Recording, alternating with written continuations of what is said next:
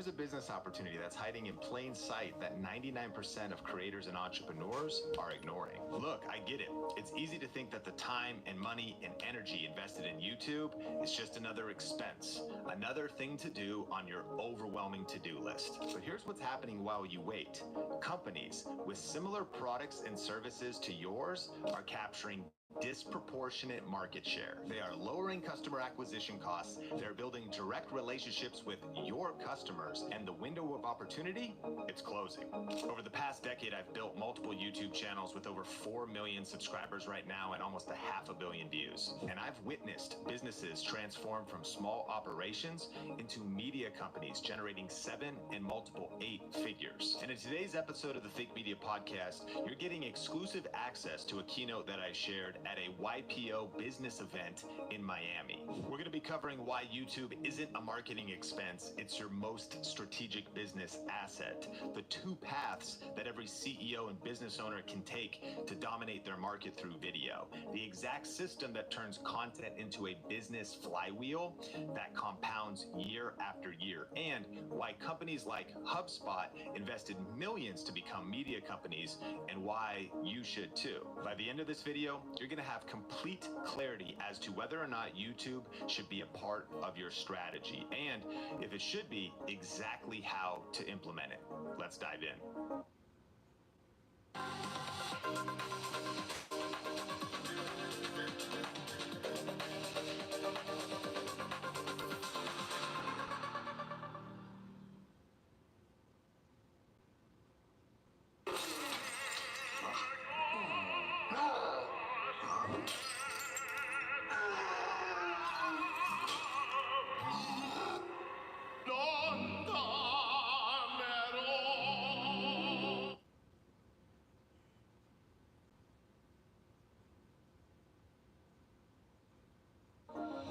What's up, YPO?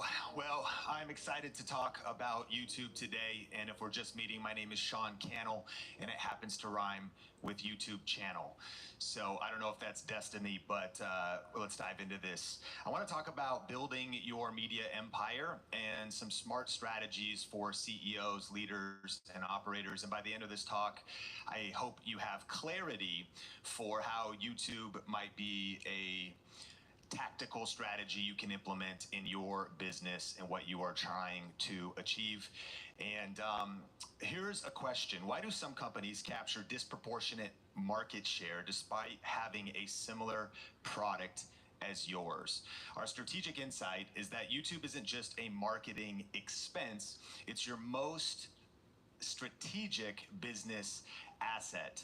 And so in this training, we're going to be talking about the YouTube opportunity most CEOs miss, the strategic decision every CEO must make before starting, and simple systems to turn content into business assets.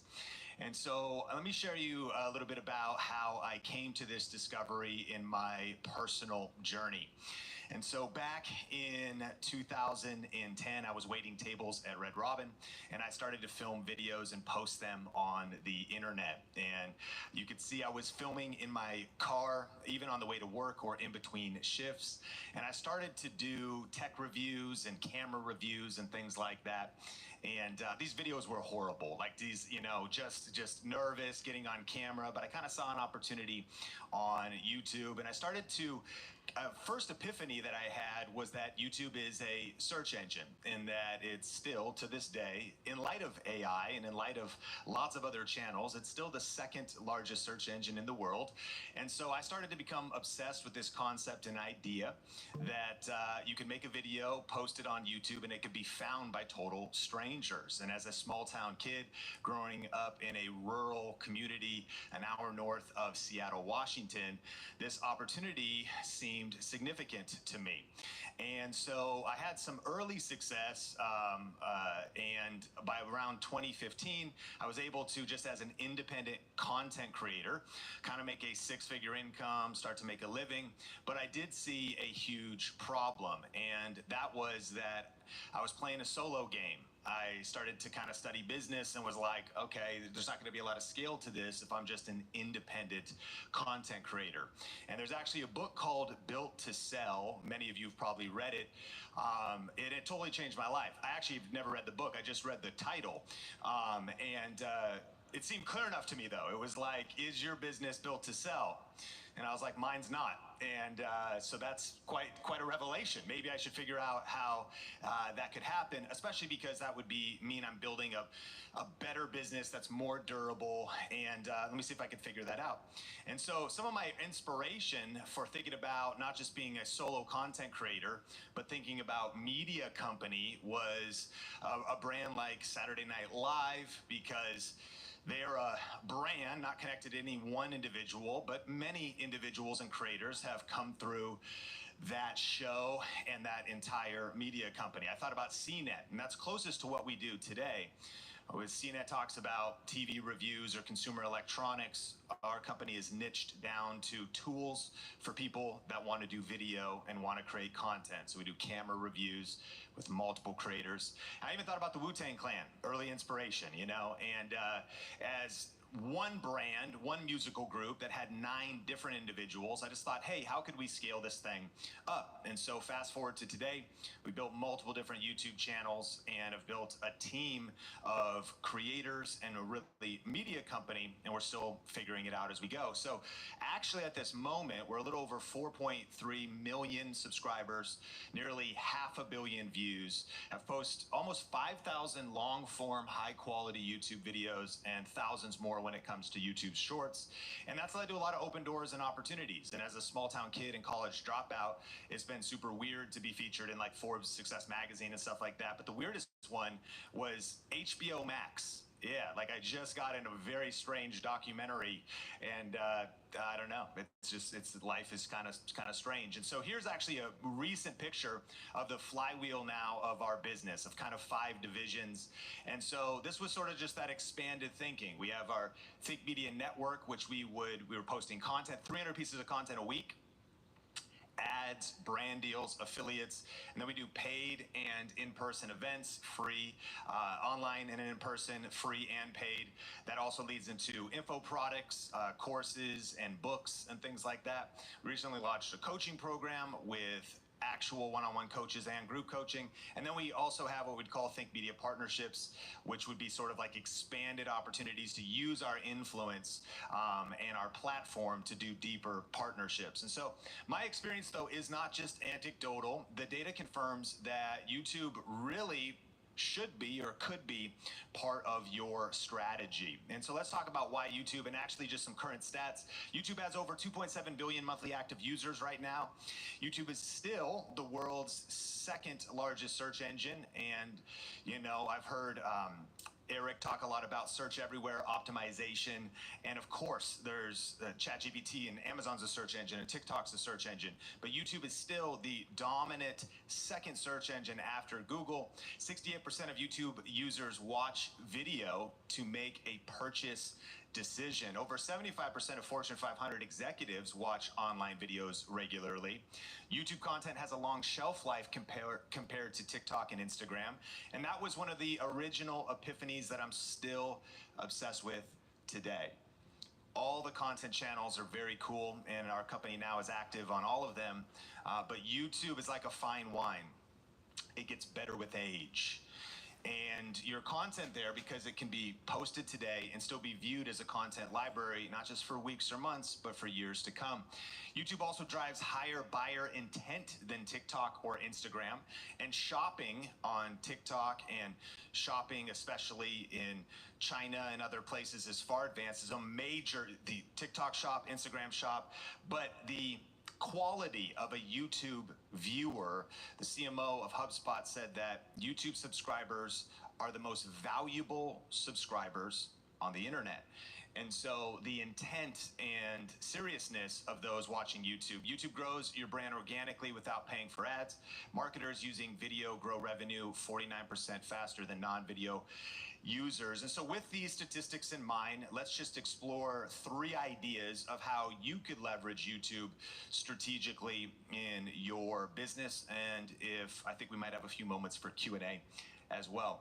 And so here are 3 strategic insights for YouTube success. Number 1, YouTube is your most valuable, untapped business asset, not just another marketing expense. And so Dharmesh Shah said that modern media companies have a software company embedded inside, and next-gen software companies will have a media company embedded inside. That's the founder and CTO at HubSpot. And HubSpot made this major play to not just be a SaaS company, but to really become a media company. And I think this is the idea that we're living through an era where any business can and perhaps should start a media company within that business. And so their kind of history at HubSpot was a lot of SEO driven content marketing, then eventually free software as lead generation. But in 2020 to the present, there was media company acquisition and development as a major campaign that they started to invest in. They acquired The Hustle, which included My First Million as a large YouTube channel and video podcast and newsletter, and started to invest in a lot of different verticals of the podcast network with multiple different shows, a YouTube network, creator columns, and multiple different newsletters, and really doing content and media at scale. And Kip Bodnar, the CMO, said, we didn't want to dip our toe in the water. We knew that if we're going to do this, we had to do it big. And they did it big and continue to. If you look at the YouTube network, there's now multiple YouTube channels, including their marketing channel, The Hustle, which again was acquired, Marketing Against the Grain, different shows as well as other languages. On here, you'll see the different types of channels, and that's a terrible slide with, breaks every rule in public speaking of how much is on there. But really, I just want to circle what's in red here is like the different strategies of how they're doing this. Some is in-house. In-house staff, in-house team members are the ones creating the content. Some is creator-led, partnering with existing creators, and then the other approach is a hybrid of mix of both. And creator-led content became one of HubSpot's biggest growth drivers in under 3 years. Lowered customer acquisition cost, built direct audience relationships, and built a content flywheel that has compounded ROI. But you might be wondering, is it only for tech companies? Should only certain companies be doing this? Well, this could also work in consumer-facing, direct-to-consumer type of brands. And so Beard Brand is a men's grooming company that started in 2012, turning a niche beard oil business into a lifestyle business brand through YouTube. And they have subscription services and sell all the kind of men's grooming products and a whole product line. And really at the center of it is a very powerful YouTube channel, the Beard Brand YouTube channel. It's grown to over 2 million subscribers. And the founder, Eric, said that if you watch 10 of our videos, you're probably going to buy. But the goal is to make videos you'd watch even if you don't buy. I think this is a very important quote for the mindset when it comes to this first point. YouTube is not just a marketing channel. It could be. We could do some paid ads there. We could just upload some advertisements on our YouTube channel, but that's not going to work very well. But if you approach YouTube as a media company, the question would be, how do we create content that people would want to watch because just the content itself is good? How could we create content that people would want to consume on a regular basis to really build trust, to build depth, to expand our brand, videos that people would want to watch anyways? And if that's something that they subscribe to and watch, and so their YouTube channel is really lifestyle, it's barbershop conversations, it's content that people subscribe to and are happy to receive when it pops up in their subscriber feed, but it keeps their brand top of mind the entire time. And so YouTube is not a marketing cost, it's an asset.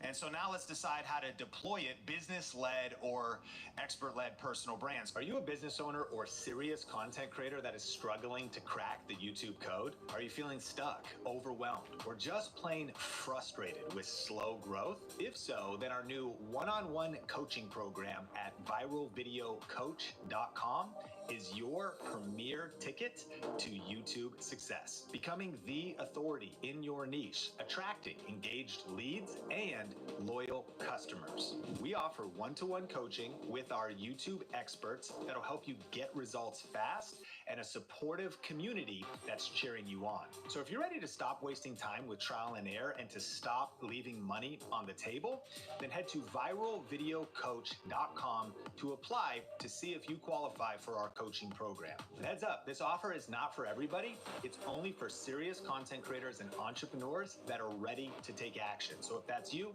head to viralvideocoach.com to apply or click the link in the show notes. All right, let's jump back into the episode. So number two big idea is smart CEOs then can choose between a business-led media machine or a personal brand authority. So there's kind of two paths here. We'll cover both of them. The first path, for those who don't want to be on camera. Who here would say full participation because now we've drinking our AG1 and our coffee? I just don't want to be on camera though. There's no way you're going to get me being the content creator. And so, okay, only 3% of the room. So that means 97% is ready. You guys are all ready to start YouTube channels. You're all becoming YouTubers. Come on, market. Okay, but who actually would be interested in like, I'd be like Eric, Sue, I'd be like Neil Patel, whatever. I would start a YouTube channel. Wave at me. You would be interested in being on camera? Okay, cool. And then who here is just not going to respond or interact with me at all? Would you wave at me just right now? Appreciate it. Thank you so much. And so awesome. So build a business-led machine being opportunity number one. If you don't want to be on camera, no big deal. There's a lot of ways to do this. And so you could do internal team development. And so Ahrefs is here. They're actually in the lobby. Of course, a killer SaaS brand and product, helping you with SEO and a lot of things expanded beyond that. And they've got a very powerful YouTube channel. And their internal team, Sam O, I believe, doing something in marketing there, is a face of their videos on their main channel. And they've continued to innovate and improve and really create content that people love to consume. Education about SEO for sure, and some search-based tutorials and things like that, but now even business stories and well-crafted content to really build their brand. And the YouTube strategy has been going really well, but there's also multiple different channels. They also have team members once a month product update on a separate channel with a very utility-based implementation there. And so just kind of giving a place to connect your current customers and put out that education. And then also a video podcast. Tim Solo is here, and you should, he's got a great podcast as well. Multiple channels around their overall brand, but these are internal team members that are the faces, and the founder is not one of those individuals. Also, external talent acquisition. And so you're sitting in this room, hey, we could do YouTube. I don't want to do it. Well, who could you partner with? What could you acquire? What channels, what creators, who could lead this? And so my first million, going back to our HubSpot example, was an acquisition when they acquired The Hustle. And so they got an incredibly powerful show and then continued to invest in that show, and it helps lift. You can see very small under my first million, it says HubSpot Media up on the channel banner up there. And then The Hustle itself, and they do, you can see why American trucks are so big or why America has so many big houses. Kind of general for entrepreneurs, for decision makers, for business owners. It's a great channel, doing incredible views actually, and it continues to grow and innovate. So that would be external talent acquisition, but then creator partnerships. And the HubSpot has continued to invest in creators, not wanting to constrain or overly manage what it is that they're not owning these creators, but they're partnering with them and kind of doing it in a very organic way. And so Tina Wong here has a channel where she's talking about AI and talking about different business topics, Google AI Studio in 26 minutes. But she's one of the creators that's a part of HubSpot's network. And so there's a multi-level play that individuals are making, like HubSpot, to have a business-led media machine, and then a hybrid approach. And so ultimately you could do any combination of all the above. It could be as simple as thinking about who on the team, who internally right now could you work with, and maybe they have a passion for it, they've got the charisma, they've got the skills, the desire, you resource them, or any of these other methods, and then HubSpot went all in, as they said, and it combined all of them. But maybe you want to become the face of your brand, and some of you in the room would say absolutely, that I would love to do that, and for those willing to be the content engine. And so y'all know Eric Sue, obviously a legend, so great. Can we give it up for Eric again, just for putting this together? Come on. And he's got a great YouTube channel. I'm sure all of you have seen it before, and if not, hit the subscribe button today, share, like, and hit the like button. Leveling Up with Eric Sue. So as a founder of Single Grain, CEO, but also building his personal brand, leading to so many different opportunities in terms of not just customer acquisition. In fact, a couple of nights ago, we were having dinner and talking about how this content leads to the right ideal customer profile. It leads to open doors, leads to connections. Leads are coming in every single day organically for various projects. The content's being made strategically. There's just so many, there's a high ROI, and if this is your desire, it's a great model to follow. So YouTube personal branding isn't just for creators, it's for CEOs. And it also works in fitness, fashion, and even physical product businesses. And so again, it doesn't just have to be in SaaS or tech. This is Bear Performance Nutrition, a supplement company founded by Nick Bear in his dorm room that has grown to, I believe, over 50 million a year right now. And Nick has built a YouTube channel that's been driving, again, not just sales and acquisition, but lifestyle and building culture and really building a movement for that founder-led CEO creator type of model. So you ultimately have different paths that you can choose. So a few questions to ask are you willing to be the face of your brand? If not, there's still a way forward with YouTube. Does your business lean on team expertise or your personal authority? And do you want to build a brand that scales beyond you, or do you want one that's powered by you? Ultimately, though, no matter which path you choose, business-led or personal brand, there's one thing that separates those who win from those who stall, and that's systems. The invisible engine behind visible success. And our third insight as we land the plane today. So number 3, YouTube success is built on systems, talent, and consistency, not viral videos. And so how much is this going to cost? The interesting thing is that investing in YouTube for especially businesses like yours could be incredibly affordable and a bootstrapped internal opportunity for you. So I asked Eric, how much are you spending on content a month? And he said about $25,000 a month to do all of the content he's doing at the level he's doing. It's very impressive. Neil Patel is spending around $60,000 to $70,000 a month if you follow any of his stuff. To think about that's all the content. I'll break down the teams and stuff a little bit for some of those ideas, but again, very affordable. So here's our weekly content calendar at our company, Think Media. 2 main YouTube channels. And on our main channel, Think Media, we post 3 long-form, high-quality videos per week and then 5 shorts. And then I'm the main face and driver of our weekly podcast, the Think Media podcast. We have 2 episodes a week, also distributed on audio, but on our YouTube channel, which, as a side note, YouTube has become not only the dominant podcast platform, bigger than Apple, bigger than Spotify, but YouTube continues to invest heavily in podcasts. So if anybody has a podcast here and it's not a video podcast, it's a pretty easy switch to flip and a very strategic switch to flip. Turn on a camera, figure out how to make it a video podcast, and then distribute it across audio as well. And so that's what we're pumping out every single week. And this slide actually, it's also hard to read, but if you want to take a picture of it, it's kind of a full stack of the 14 roles that currently we have to do what we do. And so as the CEO creator, I am talent and also just helping lead.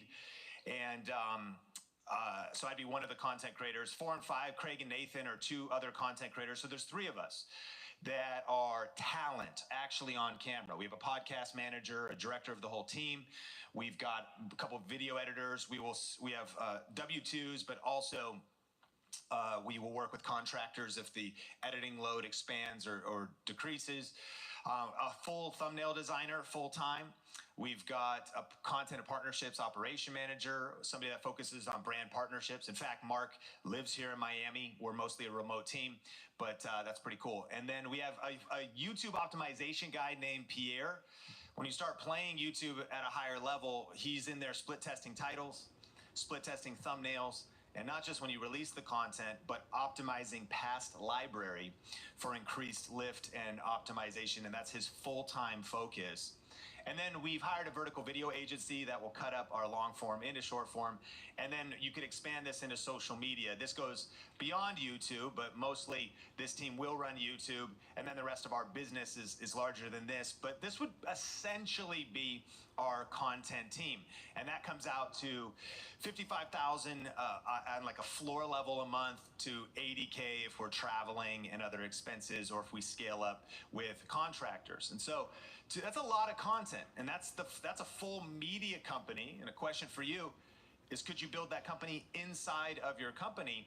And of course, do it not just because you're bored and you have nothing else to do, but because of the strategic opportunity that YouTube has for your future. And so that what we just discussed is that first red corner of our flywheel, what we would see as our media engine, the YouTube channels and the social media channels that then fills and funnels to everything else we do. We've definitely discovered, this is all organic, by the way, organic content, but we do paid media as well. And every business that has both high quality, significant influence in organic drives down their paid costs like crazy. And so customer acquisition cost goes down, lead costs, advertising. And so it really helps fuel the whole flywheel. So where do we go from here?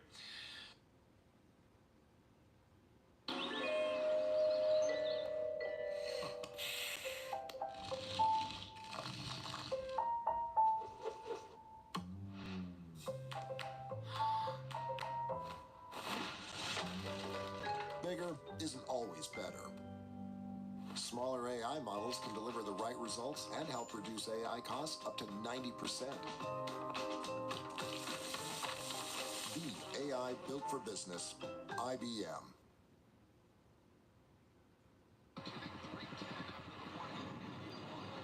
When greatness calls, you answer.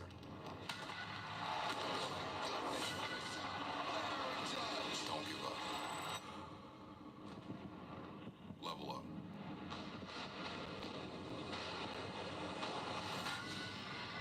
Own the moment.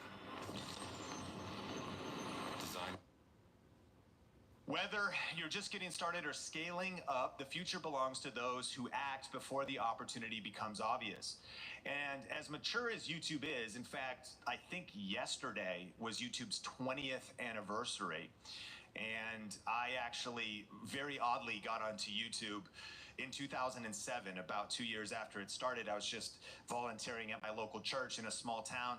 The youth pastor handed me a video camera, and I started to shoot videos, edit videos. Actually, before YouTube even started, learning the video creation. That's what I teach today. And in 2007, we started a weird video blog for the pastor. And that was early. I mean, to be there, 2007. So it's kind of crazy to now look. YouTube is 20 years old, but YouTube is also just getting started. By far, it's the dominant video force.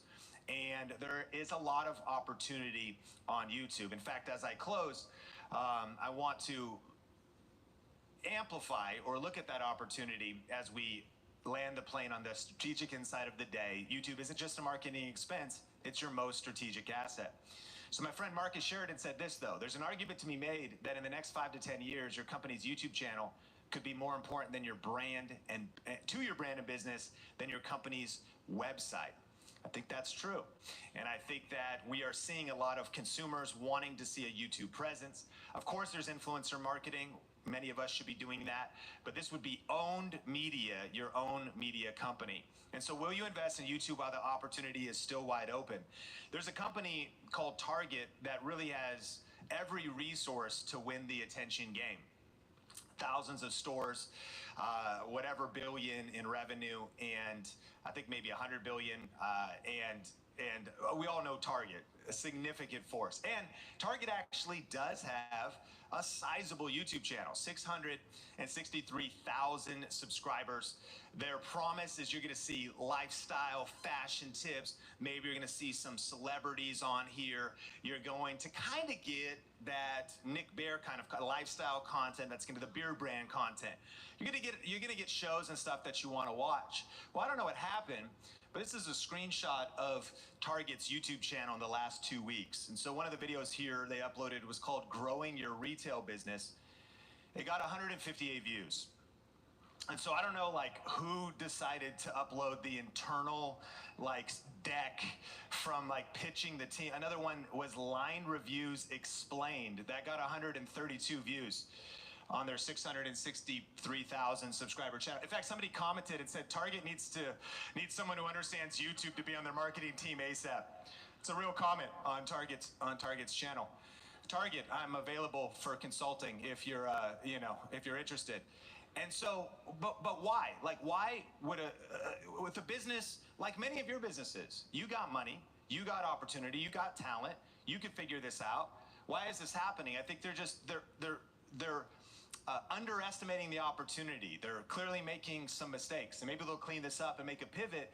But they're perfectly positioned to seize this media company opportunity.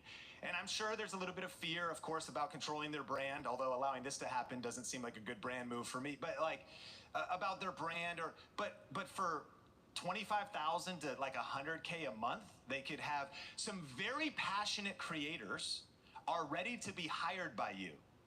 Full on, they would kill for an opportunity to be the lead face, lead talent with a budget and to be the media company for an established business like yours. So the opportunity is there. The question is, will you invest in it? Why the opportunity is still wide open. Thank you.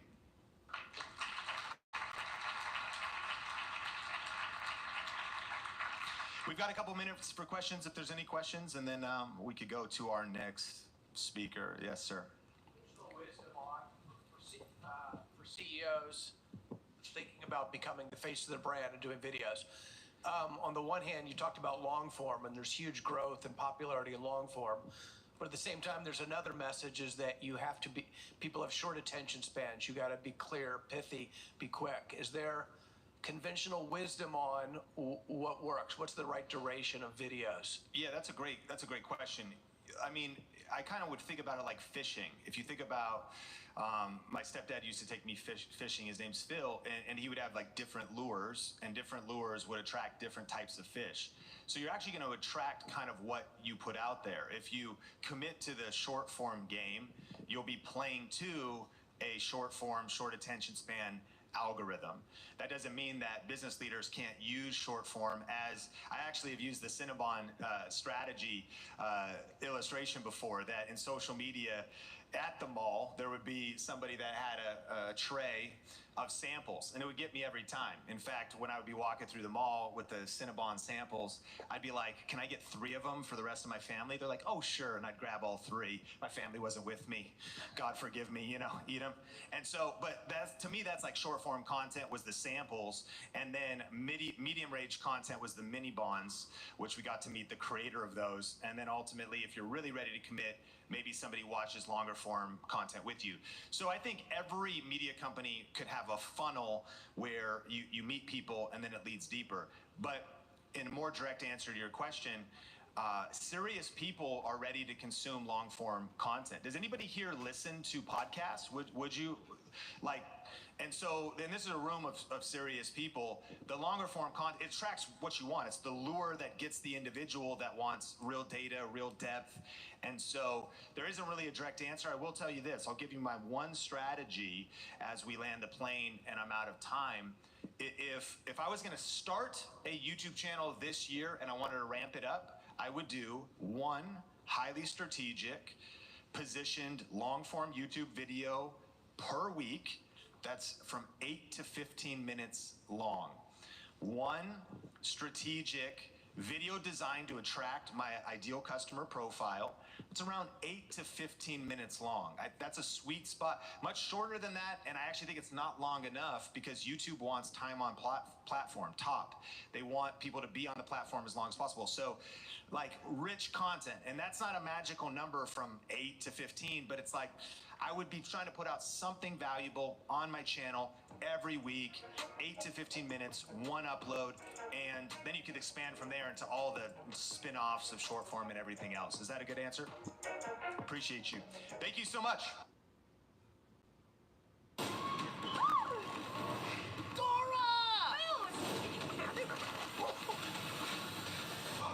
Where do we go to next? Today's the day we're gonna find Soldado. We found something! Those are raiders. The last Inca emperor left behind a gold bracelet as the key to Soldado. Did it on its own? No, that's impossible. Time to go! Buckle up, Sonny. She's got it? Stop them. Excuse us! Hey, be careful with that! Oh, what the? Let me make sure I got this. You and Diego found an enchanted bracelet. We're being chased by Camilo the Crusader and treasure-hunting mercenaries. And hidden in the world's biggest jungle, there is a legendary golden sun which holds the power to grant one magical wish. Yeah. Cool. Just checking. Dora, we're not prepared. Backpack. Let's remind Diego how we do this thing. Yeah. Bruh. We're lost in the jungle. How can I lead the way if I don't know which way to go? Go, Diego, go!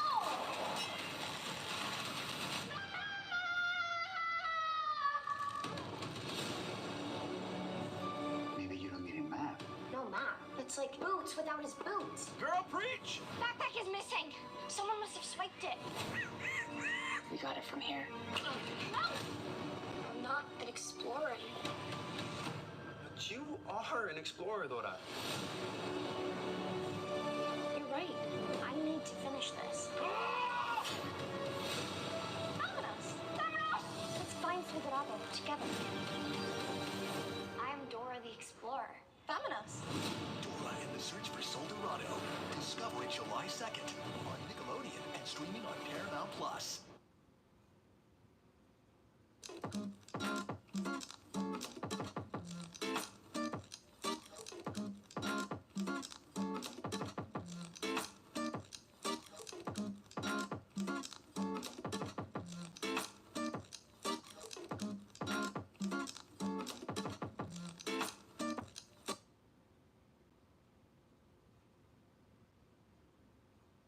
Confusing collection of information with creating. That's not creating. Perfectionism is going to kill you, man. Small YouTubers are staying small because their 30 minutes a day or 2 hours a day or 3 hours a day is just going to overconsumption of information and not doing. Count uploads, not likes. Count uploads, not views. Because if you base your success on how the algorithm feels about you that day, I mean, you're giving up control of how you feel to a machine. We are living in a world now where information isn't just abundant, but AI is coming.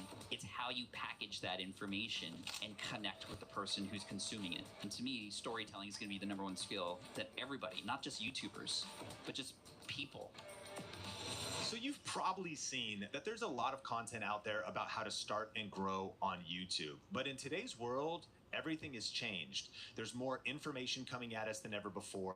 There's more confusion and overwhelm that creators are feeling. Some people are plateaued and their views are down. And those that want to start channels, they really need a new approach. And so in this video, we're going to be learning from an expert who's built multiple successful YouTube channels, has succeeded with long form and shorts, has made a ton of mistakes, and we can learn from those mistakes and how we don't have to make the same mistakes ourselves. And going to be talking about basically public enemy #1 that is holding creators back. And so in today's episode, I'm talking with Pat Flynn, who is the founder of Smart Passive Income and also has a huge Pokemon channel, has started multiple different channels around that, and has learned so many lessons that he's going to share with us today. Pat Flynn, welcome back to the podcast. What's up, Sean? Thanks for having me back. So give us a quick rundown. What all YouTube stuff do you have going that you're active in, that you've done in the past? Like how many channels? 3 active channels. We have SPI, which you and I have spoken about before. Our students, they are going out and changing the world. They're the best professors I've had. It's the combination of their passion, knowledge, and energy. Participants are building networks across the globe and across industries. I am constantly amazed at how the various people in the classrooms and the living groups have changed my mind. It's going to really change your life and your career. Go for it.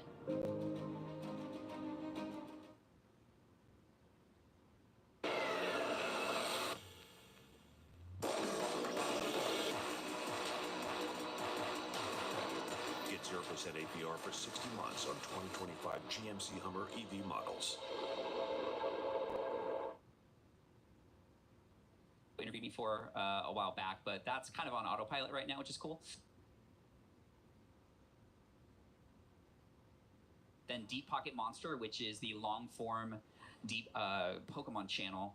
We are at 1.54 million subscribers in about 4 years, which is insane. And then more recently, I started a Shorts channel separately as an experiment, mostly just to see if I could unlock the algorithm there, and I was able to. We are at 2 billion views and over 1.3 million subscribers on YouTube, 1.4 million subscribers on TikTok, almost at 1 million on Instagram, from a video that takes me 15 minutes a day to create, and I found a formula that works. We're probably going to get into it, I'm sure, but it's called Short Pocket Monster, or if you've heard the jingle, should I open it or should I keep it sealed?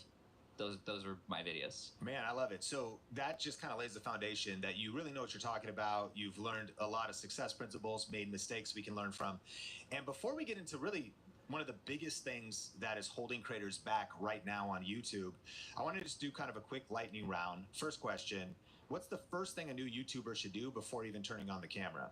Make sure the mic is working too. I've made that mistake before. Anyway, for real though, get involved in the community. Like, know who it is that you're serving, watch other videos in the space, read the comments, see what people like, see what people dislike. When I joined the Pokemon community in 2021, which by the way, I didn't know anything about Pokemon beforehand. Before I started recording anything, I just started getting involved and learning and listening. I was a moderator for a number of channels over there, just really immersing myself in the space so that I could find out what was missing. And I think that's really important, so that when you start creating and hitting publish, you're bringing something new, or at least hypothesizing on what's new. And then from there, it's about reps. Count uploads, not likes. Count uploads, not views. That quantity is actually really key to get your wheels going, to get you comfortable, and just to kind of figure out what works and what doesn't. And if you just are so worried about perfection, you're never going to learn. One of the things that holds creators back is kind of fear of the gear or tech, the camera gear, and overwhelm with that. What's actually one technical skill that most new creators struggle with that's actually pretty easy to learn, and how would you go about that? I mean, I think it's storytelling. I mean, it's not quote unquote technical, but there's a YouTube channel called Brady Brandwood, who got famous because he bought a lobster from the grocery store and raised it as a pet. Leon the Lobster, if you've ever heard of that. Rest in peace, by the way, because Leon just passed away. And there are millions of views on this video about a lobster who had passed away because he had built this relationship over time with his viewers. He just films on an iPhone. The story is locked in. Can I actually raise a grocery store lobster as a pet? And that first video that came out in, I don't know, 2019 or so, had like 20 million views. Whereas all of his other videos were just kind of random, but it was the story that made people curious, and then the ongoing story that kept people watching. So if I could pass any skill to any YouTuber right now, that would unlock not just fun, but also just, you know, more retention, more click-through rates. It's how can you tell a story? Tell a story through the title and thumbnail, tell a story in your videos to retain people, which of course, if you help people stick around on YouTube and retain people till the end, YouTube's gonna help you by pushing that video out. If someone has just 30 minutes a day to start and grow their YouTube channel, what should they focus on? 30 minutes a day. So let's go, I wouldn't film a video on day one. I would plan out a video starting with title and thumbnail, nail that on day one. 30 minutes on Monday, nail that title, and maybe the second day, Tuesday, is thumbnail. Then that informs what your hook is gonna be, because you have this promise based on the title thumbnail, and that's gonna be Wednesday, working on the hook and scripting out your video, outlining it. Thursday is, I'm gonna say, film day, and Friday and maybe into the next week is going to be editing, and then you just kind of rinse and repeat that cycle as much as possible. And again, the more you do it, the faster you will get. On my Shorts channel, it used to take me 45 minutes to make these daily shorts that I do. Now it's 13 to 15 minutes per day, because I've done it so often. I have the templates and the procedures, and it's just like second nature now. Would you folks start with shorts or long form if you were a new creator?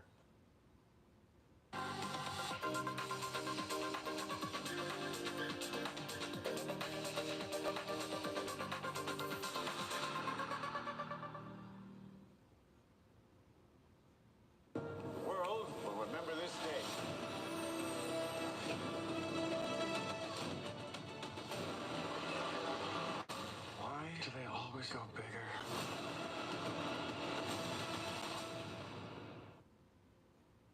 It's the money question, right? I feel like it depends on your style and the kinds of stories you want to tell. It's really easy and simple to start a shorts channel because you can tell smaller stories. You can create little series that may or may not do well without too much penalty. I mean, there's really no penalty with publishing anyway, unless you were to actually just publish the same video over and over again, which is not okay to do. But again, the shorts are great because you can just experiment, and every day is like casting a new bait out in the ocean and just reeling in a little bit, seeing if you catch that big tuna. And sometimes you might not catch anything. Sometimes you'll get a small fish. But if you keep going, you'll eventually catch that big fish. With my shorts channel, I did it for 60 days straight. That was the experiment. Can I go 60 days daily? And I just committed to that. And around day 30, I was only getting a couple hundred views per day on these videos. Normally, if I was counting views, I would have given up. But I said, no, I'm going to go 60 days. I started to get faster, started to pay attention to what was working and what wasn't. Day 35, one of those videos hit 750,000 views, and then all the videos came up. And so, again, it takes time to learn, but if you just get in your own way, it's never going to happen. With longs, it does take a little bit longer to get to those stories and to unlock those things, but yeah, there's pros and cons, right? Growth happens faster on shorts. Monetization is much more fruitful on longs, but the two can work together as well.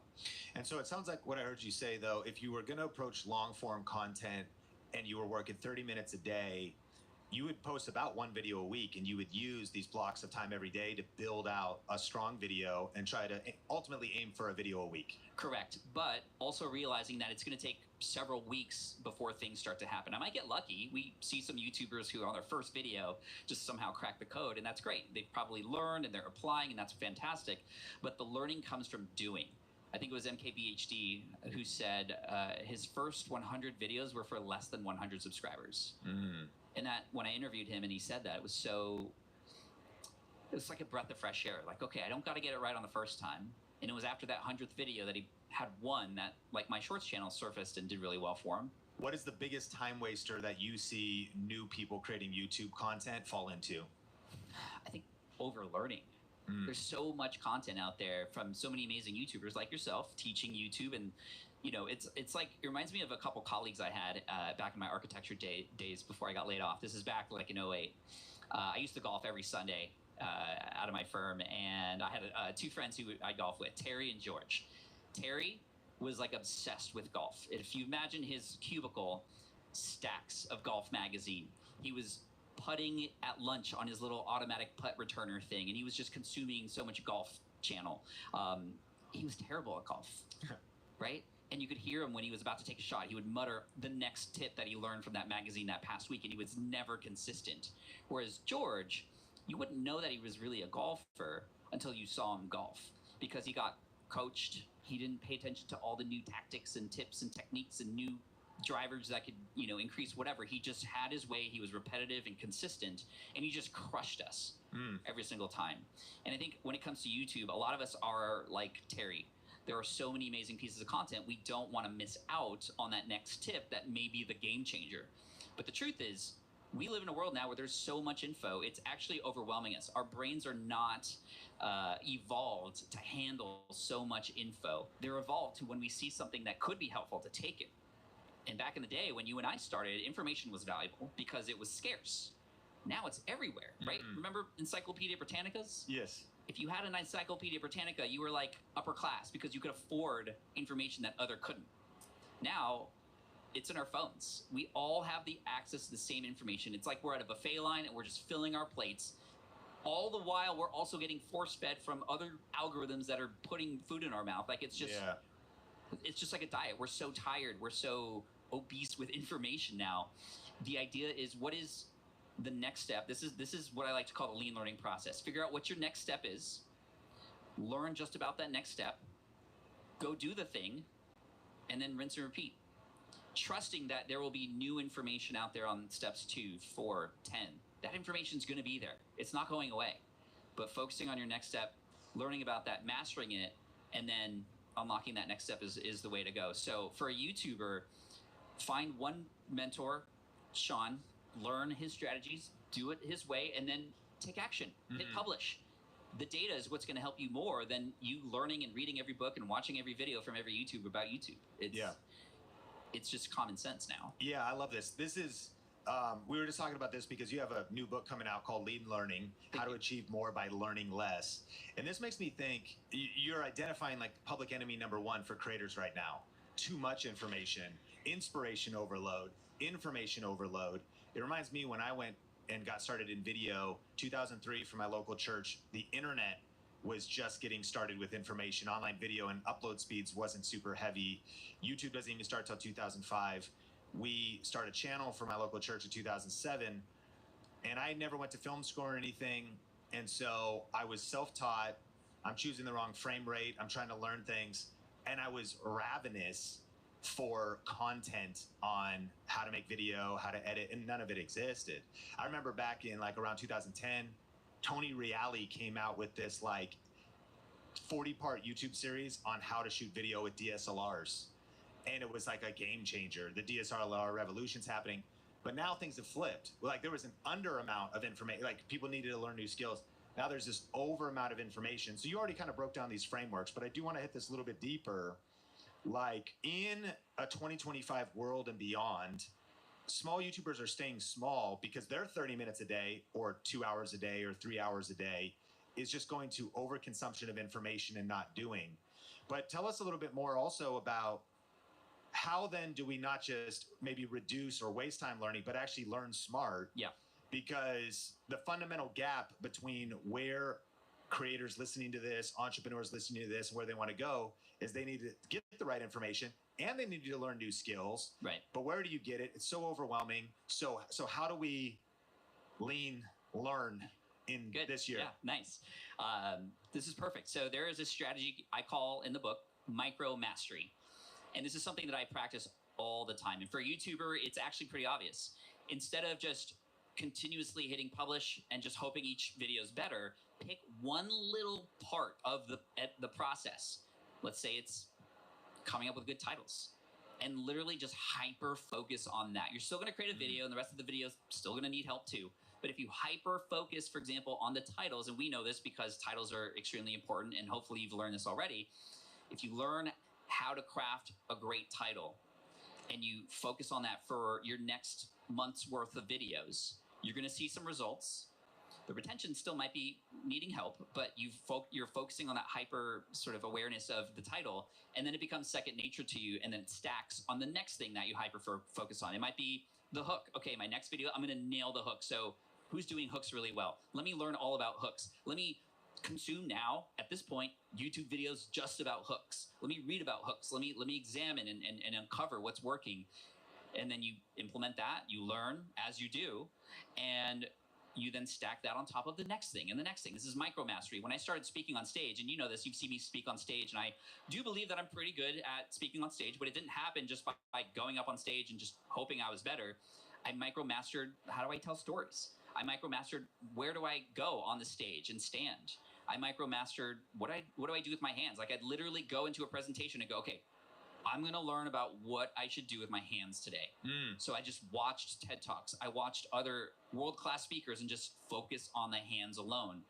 And now I'm able to just naturally do with my hands what I believe and have learned to be great. So micro mastering is how you continually learn as you do the reps with purpose. It's the doing and the action that's going to help you learn. It's, you know, we're in this place now where we're confusing collection of information with creating. That's not creating. It's only confusing us. Like you said, the sort of junk sparks, as I call them, right? With so much inspiration out there, we have to put the blinders on. The hard thing is we have this FOMO that comes in. I think a lot of us know we shouldn't eat junk food, but we still eat it. A lot of us know we shouldn't consume all the information. Shop Etsy for original and affordable Father's Day gifts as special as that. You found an awesome job post, but your resume is outdated? No worries. With Adobe Acrobat Pro's super easy editing tools, you can quickly make updates right in the PDF without needing to find the original Word doc. Just click what you want to modify, and in seconds, you'll have a resume that you can feel confident in. Now go land that dream job with Adobe Acrobat. Start your free 7-day trial now. But we still consume it. Yes. So what do we do? You have a little virtual or digital shoebox. I use Notion. A lot of other people use Evernote, whatever. If you come across a piece of content that does not relate to your next step now, put it aside in that little box, and your brain goes, okay, it's there when I need it. So you're comfortable now refocusing. 99% of the time, you're never even going to go back to it. It's just a tactic to help you get rid of FOMO, and it's a way for you to reaffirm, almost opt back into the thing that you've already said yes to and committed to. Hey, we're about to get back into the podcast in just a second, but I have a question for you. Do you want to grow your personal brand this year? Do you need more leads and sales in your business? If the answer is yes, then right now is the best time to go all in on YouTube. Today's podcast is brought to you by thinkmasterclass.com, where you can get on-demand access to a 1-hour deep dive training revealing how to start and grow a profitable YouTube channel this year. For a limited time, you can get access to this on-demand class entirely for free, where you will learn the 3 biggest mistakes that people make when starting a YouTube channel, the new rules and changes that have been happening on YouTube and how you can use them to create an unfair advantage, and the exact strategy we use at Think Media to generate over 350,000 organic views every single day. The data is clear. 70% of viewers claim that YouTube makes them more aware of new brands. So don't wait any longer to start growing your brand and business with YouTube. Just go to thinkmasterclass.com to get access to this no-fluff, highly tactical, free on-demand training. That's thinkmasterclass.com. To be in the creator economy, you have to be creating. And the reason it's called creativity, not consumativity. Exactly. Do the things while you're reading it. But yet we are just in this, I don't know, condition that we've been conditioned to be in, which is from education, right? You read the full book, then you take a test on it. You read the whole textbook, and you have to write an essay about it. It's like, no, life is not like that. What's the next step? This is what I call it. The difference between just-in-time information and just-in-case information. The just-in-case is the killer. But again, let's not even worry about percentages. Just what's the next thing you need to do? Who's doing that well? And you can learn from them so you avoid the same mistakes. And then just do the thing and assess, and then, make it better the next time and iterate on that. That's literally it. I think you're setting some people free, and I think people have different personality types. If you watch the YouTube version of this podcast, you can let us know in the comments. Are you the type of person who, if you start a book, you have to finish it? It's just the fact you started is I have to finish it before I start another one. Some people's personality is they got a whole pile of books and they'll read through it. So it's different personalities, but that's an interesting idea. Once you got the information you need, you can set it aside. Once you have what you need and enough to take action on, you could actually stop learning entirely until you hit the next roadblock. Correct. But it's a mindset shift, because we also do just want the just-in-case information. Let me finish the thing fully and take the test. But nothing's ultimately been created at that point. The hard part is I don't know what's going to happen after, right? I need to know the full plan before I go. But if you look at a pie chart of all the things about anything, it's 100%. What you need to get started right now is a 2% sliver of that. And now, because we live in this world where we know we have the ability to find these resources, you just have to trust that those will be there when the time is right. For example, when I launched my very first business, helping architects pass an exam, this website still exists, by the way, greenexamacademy.com, I wrote a study guide.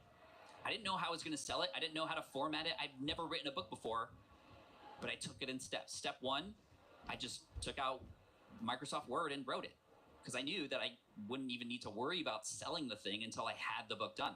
So once I wrote the manuscript in Microsoft Word, I was like, okay, I have this thing. How do I make it look good? I don't know. Students, they are going out and changing the world. I am constantly amazed at how various people have changed my mind. They're building networks across the globe and across industries. Take the move and just do it. Get half-price shakes every day after 5 for a limited time. Live free, eat Sonic. You want to live free? How do I make it look good? I don't know. Well, let's find people who've done it before. And this is back in 2008, before even all the information was available. I was still able to find out how to format a PDF file to make it look like a nice ebook. Okay, cool. I got the ebook now. How do I sell this thing? I don't know. Well, let's go to people who have sold things before. And I was in a mastermind group. It was very simple. Hey, I have this PDF file ready to sell it. how do I do this? Oh, PayPal, ejunkie.com. If you remember eJunkie. Yeah. Now there's like, Samcard, Gumroad, whatever. And then I got it done. And it's just like, the crazy thing about this is when I had that book and I didn't have the tools to sell it, I was determined to find the answer, because every day that I didn't find the answer was like a day that this thing wasn't for sale. I was more driven because of this, versus what most people do is let me learn about this whole process, and oh my gosh, this is so overwhelming. There's no way I can do this. I have to do all these things. No, just do the next thing and do it well. Just like with the Switch Pod. We had never invented anything before, but we made a prototype out of cardboard because we knew we needed to get the shape right before anything. Then we 3D printed it. Then we gave it to you and Roberto Blake and a few others to hold it and tell us what was wrong with it or what they liked better. And we didn't know how to market it. And then we learned from people who had done Kickstarter before. It's just, that's it. Like, you can build it as you go. Those resources are there, and it is a huge mindset shift. You have to let go of the fact that you don't need to know all the things down the road. Just what's on this next, turn, and how do you make sure you don't take the turn too fast, or that there's not like a tiger hanging behind the bush over there. I don't know where you'd be with the tiger, but you know what I'm saying? Like, take it one step at a time, learn, go, repeat until you master that, and then move on to the next things. Having this massive, what I'm taking away is have a massive inclination towards taking action, messy action, good enough for today. One of my favorite quotes, General Patton said, "A good plan violently executed today is much better than the perfect plan executed next week." And so good enough to put in some reps to get started. And the number one skill in a 2025 world and beyond, when it comes to starting a YouTube channel, succeeding on YouTube, and then starting the next step, monetizing, building a business around it, all these different things, is not overthinking about a million steps, not getting a bunch of just-in-case information, but having just enough information to take action, implement it. You go, of course, into more details in your book, and we'll make sure everything's in the show notes. But I am curious, if you were to make a syllabus, knowing what you know now about YouTube, for the top skills that eventually make up, and I know it's kind of, I don't want it to be counterintuitive in this episode, like, you don't go try to learn all these skills today, but if you're thinking about building out your skill tree, if we used a gamer analogy, and we want to level up, and as your skill tree is growing, what do you think is the skills/syllabus of a modern, successful content creator? I love this question. How many points do I get for this skill tree that I get to allocate? 10. 10 points. 0, yeah. If you're a 10 out of 10 or you're a 1 and then it builds out, yeah. I would put 8 points. Okay. I was going to say 10 per point, and it builds out. Like on a scale from 1 to 10, you need to be an 8 at this. You need to be so. No, I was thinking I have 10 skill points to distribute. Here's where I would put them. That's what I thought you meant. You have 25 skill points. Is that going to be hard math to do? No. Okay, 25 total skill points. You're going to weight them in different categories. Yeah. Okay. I would put 15. Okay. Into storytelling. Woo. That's going to give you the maximum leverage. Yeah. You could have crappy video quality, at least hopefully have good audio quality. That's more important. Yeah. And if you tell a good story, there's the retention, there's the emotional connection and the relationship building. And here's why I say this today. We are living in a world now where information isn't just abundant, but AI is coming, and it's going to level the playing field for anybody who just has information alone. It's how you package that information and connect with the person who's consuming it. And to me, storytelling is going to be the number one skill that everybody, not just YouTubers, but just people. So can I go deeper on that though? If you're going to take 15 points, number one, I'm curious, would you broaden storytelling, charisma, communication skills, ability to connect, storytelling? What does that mean for someone that's just doing talking head videos? Or maybe you're suggesting that that's not good enough anymore, but for maybe also a lot of entrepreneurs, professionals, that of course AI is going to bring better practical information than even you could. But if you're still going to get on camera, teach, you want to get leads and sales for your business, what do you mean by storytelling? Because you're on your Pokemon channel, retention, Ryan Trahan, like some of these other channels. But if we also kind of lean on the much broader, the education space, how would you define storytelling? So I would say half of it is having a good idea. Okay. So coming up with a concept and an idea that has a start, middle, and end. It has a hero's journey, if you will. It has something that relates to the human, at the root level, a human need or want or desire, right? When you look at my Pokemon channels, it's like, oh, Pokemon, like, how many people could be interested in that? Many of my comments are like, I don't even care about Pokemon. I will watch all these videos to the end because it's about a hunt. It's about finding treasure. It's about the struggles that come along with that and the internal struggles. I mean, we go deep in the storytelling. So half of it would be used for coming up with a good idea, one that's worth even paying attention to. So that's 7.5 points. Let's go 3.5 points. So this takes us to 11 out of the 15 on character development, right? Relating to the audience, understanding who the audience is and why the story matters to them, right? That's going to be really key. Because if the story isn't relevant, then nobody's going to pay attention. Yep.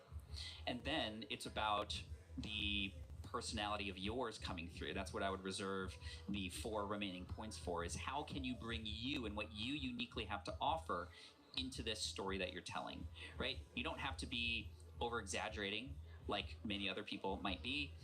You just be you, but how can you find the best version of you to show up? So this might be, like what you said earlier, charisma, but your charisma. Charisma doesn't always mean like suave or whatever. It just means like you're able to connect with people.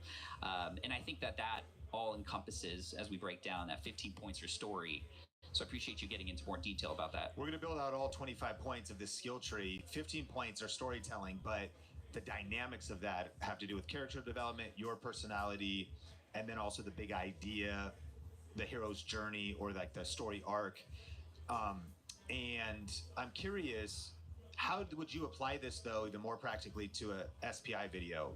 You've got your Pokemon channel. If someone's not even interested in Pokemon, they sometimes find your content and like it because the storytelling's so good, or it's interesting, or it grabs their attention. But if someone's going to look for like information about traditional loans versus FHA loans, or they're going to look for information about the housing market, taxes, growing their business, personal development, and you bring it into, pure education kind of business content. How does Pat Flynn think about crafting an SPI video in today's world in light of this storytelling framework, if you're just going to be doing a talking head video? Because you use your clients as the characters in this story. Right? I wish I had a soundboard. That sounded like a siren. So you agree with that? Yeah. I mean, you could just share the information. You need this money down. You need to do it in this amount of time, whatever. Or you can go, hey, this is Joe. Yes. And his family have this. This is where they're coming from. And they're learning this about the San Diego housing market. It's not cheap. So I'm here to help serve them. So let's go on this journey together. Woo. I'm going to show them exactly what you need to know if you're coming and moving to San Diego, which areas have really good school districts, because I know that's important to these two. They got a 5 and a 2-year-old. They're about to go to school. So we want to make sure we plan for that. And they're planning on having another kid. Is it okay I said that? Yeah, okay, cool. They're planning on having another one. I'm not going to get into too much detail about that, but we want to make sure there's enough space for their growing family. And if that sounds like you and you're interested, let's come on this journey. Wow. Right? Now you're hooked. That's the new wave. And you're going to learn the same information, but it's going to retain because you're now in referencing to somebody who's just like you as a viewer. And they're going to have a connection with you. The content's more entertaining. This is going to take a little bit more information, a little bit more time and creativity, but the ROI is insane. Completely. Because the views, the breakthrough, the algorithm that happens, I mean, if this is going to attract leads, sales, prospects at a whole nother level. And it's going to set you apart from everybody else who's just dry information. Chat GPTing a script. That's what's happening right now. Jeez. But you can't chat GPT your client and their real life story and find out that they're having a kid. Yep, that's real. There's connection. You're bringing emotions into it. Super powerful. Okay. So that's how you would do it in any industry, business, B2B, B2C. Like, we have 15 points out of 25 that you're allocating of the skill tree that the modern content creator needs to build out. Storytelling is 15 of 25 points. Hell yeah. With a couple different elements on it, but we still have 10 points to distribute. We do. If I was actually playing a game, I'd save them just in case some new characters, like if I'm solo leveling up, I want to, save that for later. Arise. I would allocate maybe 3 points to lighting Okay. Like literally just lighting. Yeah. Because that's going to, like, no matter what camera you have, if you get the lighting right, it's going to look great. And so just understanding the basics of lighting, which you could of course get from Sean, would be great. So that leaves us with what, 12 points? I would also reserve half of the 12 points, so 6, to building relationships in the space that you're in, connecting with other YouTubers and other creators, going into spaces where you can meet and talk and even try to form like a little community of people that you can run ideas off of. Because I mean, we live in this world and it's an abundant world, but not everybody thinks that way. But if everybody did, everybody would be helping each other and everybody can grow together. We're not at a poker table, Sean, where if you win, that means I'm losing. It's good. We're at this table where there's just, the more that we serve this audience, the more chips just like come out of nowhere, right? For both of us, right? Yeah. And everybody can win. And that's what I truly believe. So I would reserve a lot of points to connecting with people, networking. You know, a lot of people ask me a similar question. It's like, Pat, if you had $1,000 and you only had $1,000 to start with starting a business, what would you do with it? I would spend it on a plane ticket and a ticket to, I don't know. Dear darling, happy first Father's Day. I've fallen more in love with you now that you're a dad. So this year I wanted your gift to celebrate all the ways that you inspire me. You open my eyes to the outdoors, and I can't wait for all the hiking adventures we'll have with our son. You love to grill, and I love to eat, so I'm definitely going to keep encouraging that hobby. You always tell me to follow my heart, so I wanted to give you something that sparks your passions the way you've ignited mine. Thank you for being you. Happy Father's Day.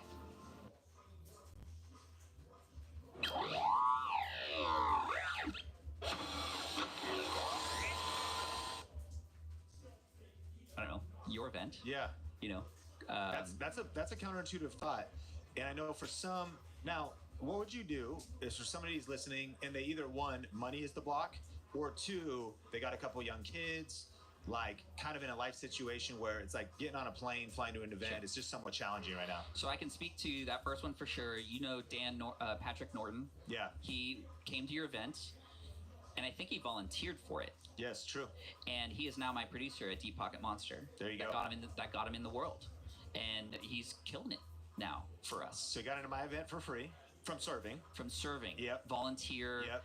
Help out, all those kinds of things go really a long way. And if you can't do that with the event coordinator, do it with somebody who you know is also coming to the event who's in that space too. Hey, you have this YouTube channel, I'm an up-and-comer, let me be your video camera for the next day so you can focus and I can help create content for you. And you're just now in this space, right? That's what D-Rock did with Gary Vee. He filmed Ask Gary Vee, just kind of volunteered to be his film guy, and then we had a daily Gary Vee show for years. And now D-Rock's killing it, right? So that's a way that, you know, you got to get creative with these things. Okay. Right? Now... So I got to bring it back. We had... Our score is getting a little messed up. It was 15 points on storytelling, 6 points on networking and community, 3 points on lighting. I think I was going out of 25, which means we only had 10 left, which means we only have 1 point left. But... I don't know what the math is. Maybe this was the wrong thing to do real time, but entertaining nonetheless. We're still building out a syllabus. We need a chart and a skill tree. And so, I mean, give me the final ones. Maybe we reorient the points, or maybe the final tally is 30 total points. But if we have lighting, we're going to events, we're connecting, we're networking, even if that's online, getting involved in the community. It also makes me think about one of my favorite books that every creator should read, Superfans, because it's just, it's kind of like the forgotten thing these days. Everyone's like, they want to grow fast. There's a lack of patience. And there's people I think are forgetting that like communities are built one view at a time. Connection is built everybody wants 1 million views, but if you get one real view, meaningful connection, you engage in the comments, they're transformed by the content, they really enjoy it, and you just do that every single day for 3 years, 5 years, 10 years, communities build. And there's new rules to YouTube success, but some of that tried and true stuff is like, you look at anybody, they were grinding out the reps, not for months, but for years of connection. So the connection and community piece, but if there's a couple final lighting, I mean, audio, editing. Yeah, I mean, that's important. So I'd reserve a few points for that just to get the basics, right? Yeah. That's where the overlearning can really mess you up, right? Think of all of the buttons in Premiere that you could use to make whatever, VFX, everything. Do you need those things to tell the story? That's why stories are told. There are people who are doing just talking head videos who are killing it. Yes. With no effects. Yes. With one take. Yeah. So you don't need those things. They support the story that you're telling. And of course, every channel is different. I'm thinking of the clear value tax guy. Yes. He shows up during the pandemic and he's like angry at the government. And everybody can relate to that. Yeah. Like, where's my stim money? Where's it going to come? I don't know, but I'm pissed off too. And he's telling it, and now he's got like his notes on a pile of paper. Yeah. He just kind of holds up, talks to the camera. A lot of times, one take, 8 minutes to 10 minutes, 12 minutes. Yeah. A couple 100,000 subscribers. He could use some lighting skill points, but besides that, he's doing great. Yeah. And he's in his tie, and he's just angry, and it's like, I can relate to that. It's a good point of charisma too. He has his own style, his own vibe, but he's not like anybody else. He's just kind of being himself. He's being authentic. Yeah. Yeah. Yeah. He's got like, yes. Right. And it's valuable information, but it's wrapped in the way that we can relate in his way of telling these stories and providing the information. So editing, and I feel that just letting go of perfectionism. I don't know if that's a skill, but it feels like it has to be a skill because we kind of have to unlearn those things. Perfectionism is going to kill you, man. I think that is a skill. I think that like being okay with here's a phrase that I like that maybe you dig. I started using it and people have been responding to it. You gotta be cringe before they binge. You gotta be cringe before they binge. Hey, I'm curious, ChatGPT, what is it called to let go of perfectionism? If that was a skill and we were leveling up our characters, is it kind of like not being reckless but taking risks? What would you say like the skill set of letting go of perfectionism is? Yeah, letting go of perfectionism is definitely a skill. I'd say it's like building your resilience and adaptability stats. It's not about being reckless, but more about embracing imperfection, learning from mistakes, and taking risks. It's like leveling up your ability to move forward despite not having everything perfect. And that opens up room for creativity and growth. What are your thoughts on ChatGPT right there? Hell yeah. Hell yeah. Oh.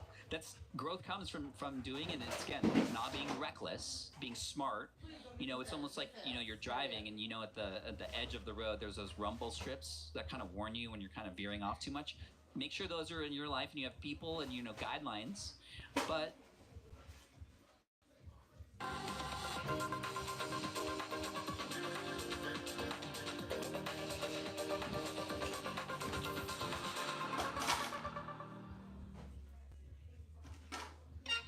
Suddenly starving? For sure, it's Hillshire. It's like you're going to find yourself through this, and your audience is going to find you only when you show up. Perfectionism is just an excuse. And trust me, I was a huge time perfectionist back in the day because that's how I was conditioned. I'd come home with a 94% on my math test, and I'd spend the next freaking 4 hours with my dad working on the 6% that I got wrong, always feeling like I was a failure. I love you, Dad, by the way, but I still remember those days. Not okay. Yeah. Just count uploads. Right? And that's a big thing when it comes to the psyche around this, because if you base your success on how the algorithm feels about you that day, on these things that you can't necessarily control, I mean, you're giving up control of how you feel to a machine, versus you can control you showing up every day or every week if you're going long form. You can control how you try to get a little bit better at the title this time. You can control how much deeper you go into the story that you're telling about your client this time. Those are the things that you can control. So if you do those things, let's say for 60 days, 90 days, 6 months, whatever, and you do them, you've won, no matter what the views say. And in most of the cases, because you've been encouraged to continue, you will start to see some results and lean into the things that do to get you even more. It's so strong. Count uploads, not views. Not views. Thank you, Alex Ketchum, for that. As we land the plane, I got a couple other questions for you. And one of them is you emphasize in the book the power of champions. How important is it when it comes to this journey of starting and growing a YouTube channel, starting and growing an online business, is finding the right mentors? I mean, I'm looking at one right now. It's so important. You've helped me so much along the way, and I hope that I've been able to return the favor. There are 3 kinds of what I like to call champions in a person's life. Number 1 are your emotional champions. These are your friends, your spouse, your partner, your kids even can help. These are the people who may not know exactly what you're trying to do, but no matter what, they're there for you. It's important to have those in your life too. April, my wife, was so important in my life when I had gotten laid off. She was the one who helped me understand that no matter what, we were going to be okay and work through it together. And that was so important, right? So that emotional champion. Then you need your peers and colleagues. That's like you and I. You know, we're both in this thing together. We're helping each other out. We're in it for each other and the greater good. And having those kinds of people in your life, mastermind groups, right? Coming to events and networking with people who are in the same space. Those people are important too because they understand the language. They might not have the time to mentor you, but you guys can help each other out. And that's important. And then the third one, which is really, really important, is that personal mentor, right? The person who you either pay or they are taking you under their wing, that one person who's already gone down the same path that you've wanted to go down, who's already made those mistakes, who can guide you through the tough terrain. That person becomes the person who can help you and hold you accountable. And it's the person you look up to who you don't want to let down, that on those tough days where you don't want to go and do the thing, you're going to do the thing because you know they're going to check in with you. Those are the people who, I mean, again, some combination of those three can help you get to where you need to go. You cannot do this alone. You have to get out of your chair and go to events or meet people in online communities and start to form even just one buddy to hold each other accountable with can be the game changer. Man, that's so strong. You know, I would love for you to speak to this too, because this whole kind of like learning and online learning space has started. And if you have a skill that you want to attack, it's a superpower to have the power of champions, the way you put it, around you. I saw you put a video that actually got a ton of views, that like online courses are different now, that they've changed. And we've noticed the same. I still think online courses are incredible, but the completion rate, the stats are just real. People just have struggle actually consuming it, actually completing it, actually implementing the stuff.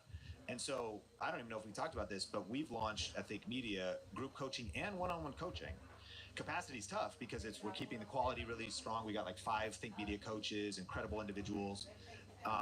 And I'm curious though, your thoughts on how things have changed. We're doing cohort stuff now as well, because it's not, this stuff is always going to be there. We're always going to need learning. We're always going to need to be learning, need to be skill building, but it's changing. Talk a little bit about that, because that video popped off for you. Yeah, it did. You know, I used a more hookable title and, you know, beginning of saying online courses are dead, basically. Online courses are dead. Real bites. Yeah, we were playing hide and seek, and we also played tag. And guess who won? Me and you. Yeah, me win. Yeah. Little moments that feel really big.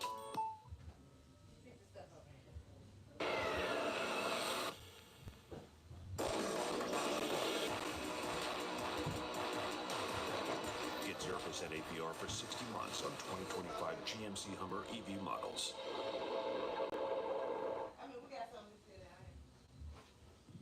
And they are, in the traditional sense of just putting information out there and making sales. You have to put you into it, number one, because people want to buy from individuals. They don't just buy the information anymore. They want to buy it from somebody who's taught it in a specific way. But more than that, we noticed that when we ran what we call our accelerators, which are sort of like cohort groups through our digital courses, they had a 3 times more likelihood of not just completing it, but actually getting success and building the thing too. 3 times more likely. So we had to make a decision because, and a lot of creators won't do this, you know, entrepreneurial creators, that is. We had to sacrifice a lot of income because we were still making sales with our online courses, which were being sold for hundreds of dollars each, and people were buying multiple. But when we saw the completion rate from these accelerator groups, we said, you know what, we've got to bring the community together. Is there such a thing as community-powered courses? And that's what we built. And so we had sacrificed that initial income to bring people into a monthly program on our end to hopefully get a long-term value from us, right? Finishing these courses, then moving on to the next one, moving on to the next one. We grow with them such that over time, if we do our job, we step up and support these new entrepreneurs, then we'll actually make more revenues in the end. Not just from the beginning, but because we've actually delivered on that value we promised. And it's been so much more fulfilling. People have gotten much better results, and people form their own little groups even without us asking. I mean, we bring people together too in a more formal way, but people are starting to understand that there's so much power in connecting with others who are going through that same journey as you, or who are just a couple steps ahead. Yeah, that's so strong. And we've been learning some of the same things and watching what you're doing. It's one reason why we implemented stuff. And it kind of, I mean, in a way, it doesn't feel like it's super new. It reminds me of like you could buy a $7 or $14 video course for fitness and a couple meal plans and download it and then never watch it. You could pay for a monthly membership at, 24-hour fitness for $20, but you maybe never go.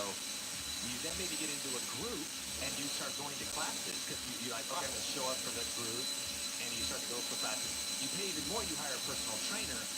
That's also where you get the most results. And you pay attention because you're like, there's a lot of money on the line. That actually happened to me when I was recovering from chronic pain in my shoulder. I hired a physical therapist, paid him $5,000 for 6 months. I got some dry needling, plus some workouts, plus some massage, plus relearning even how my body was structured. But you better believe, after paying the $5,000, I went to the sessions too. The show-up rate was like basically perfect. And I also then got the transformation. I've been on this healing journey of being able to work out more and better because of really investing with somebody. So in a way, I think it's two things. It's kind of like always been true, but even more true in this information overload world. What did you say? Yeah. I mean, a mentor or somebody you hire to help you removes all the noise around the thing that you're doing and just gets you to the exact thing that you specifically, especially when it's like a coach like that. It's like, hey, Sean, your body is going through this. Here's the solution for you. Yes. Right? Now, as a creator, we like to reach a lot of people. So, of course, trying to relate that to everybody can be hard at times since every body is different. However, finding what those things are that are the same for everybody and just speaking to principles can work really well. But that's how you then actually get clients to come in and want that personal information from you. So I think it was the final and maybe most important question and the most fierce debate on YouTube that I've maybe ever seen, and we're going to get that in just a second, but I do want to give a roll call to a few things. Number one, your book, I'm excited about it, Lean Learning. We'll link this up in the description, How to Achieve More by Learning Less. Maybe one of the most important books to read, and I say that because everything you write's great, but like, the world really has changed. This is the skill set. Public enemy number one, distraction, overwhelm, information overwhelm, but you can't throw out learning altogether. So having a methodology, frameworks, and very excited about that. That'll be linked in the show notes. Also, if you do want to learn a little bit more about our coaching, viralvideocoach.com. It's just an application. We only work with people that's a good fit. We learn about you and a chance to jump on the phone with us. We'll link that up in the show notes, or you can go to viralvideocoach.com. And then, Pat, I've got one more question for you. So give us a roll call. If you want to connect with you in social, where are you active? We're going to put it in the show notes. Yeah, thank you. So at Pat Flynn for all business stuff on those socials, YouTube, Instagram, etc. Pretty active on X actually as well. But I know a lot of people are interested in Pokemon stuff too. So Deep Pocket Monster on YouTube for the long form. And then my separate short channel is Short Pocket Monster, which I think is what this question is about, is it not? Yes, yeah, we're about to get into that question. And I do also want to just give a few more free resources, which would simply be our past conversations. You've probably seen that Pat is an awesome strategist, humble, great dude, always has good information. I think we take it all the way back to either NAB or CES. We talked about email marketing and email lists. On that days. Yeah, and you've been on the show a couple times and covering different topics. So just giving you some resources to follow up strategically. If it's the right thing for you to be learning right now, we'll make sure that there's some clarity and it's all organized in the show notes for you, whether you listen on audio or video. And if you love this episode, it's always great to like, rate, share, review. But here's the debate. Shorts versus long form on YouTube. There have been many claims. Shorts destroy YouTube channels. Shorts will ruin your audience. Shorts are the way to YouTube stardom. Shorts are the only thing working now. Long form is dead. Short form is dead. Everyone's got an opinion, and I've covered this, but it's always a new world. And the algorithm shifting YouTube is, we know this, they're committed to making this thing work. They're giving us different features. We can upload videos, we can go live, we can upload shorts, we can upload video podcasts. There's community tab, now it's called posts. They're evolving that whole experience. So what have you learned? We're recording time right now. It is March 2025. I'm sitting with a expert that's gotten over 2 billion shorts views, but also grown a long-form channel to 1 million subscribers, multiple other channels to hundreds of thousands who got silver play buttons. So this isn't just fluffy theory, which a lot of people are out there just, some very minor experience. You really see shorts versus long form Pat's Lane. Make a pit stop for one of 4 delicious $7 fillets from KFC. It's the F1 the movie in theaters June 27th. Students, they are going out and changing the world. I am constantly amazed at how various people have changed my mind. We're building networks across the globe and across industries. Versus long. Shorts versus long form Pat's Lane. What are your thoughts? Yes. Thank you so much, everybody. Have a great And by that, I mean, they both work. Okay. But they're not going to work if you try both at the same time. Interesting. I think we need to focus on one, master it, and then you can kind of unlock the next one. Now, every channel is different. There are podcasts, for example, who have long-form videos, who then chop them up and then make them short-form videos. And they all live on the same channel, that's great. And that, we isolate that. This is sometimes where the debate comes in. That one is just a logical and clear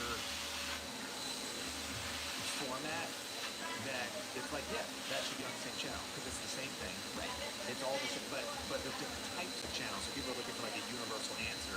But if you're a video podcaster and you have long-form video podcast, clip streaming the podcast, it's a pretty well-known format. So you're hitting that, but expand because there's different types of channels listening to it. Right. So I'll use the Pokemon one, for example, right? We have Deep Pocket Monster, long-form videos, challenges, trying to complete sets in 24 hours, 48 hours.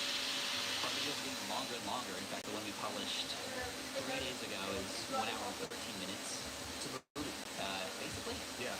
And it was a month after our previous upload because it's been time, about 150 hours of editing. And it's at 1 million views already after 3 days. You just broke down some gold though too. People are out there, like, not that you have to do that to get 1 million views, but you just got 1 million views.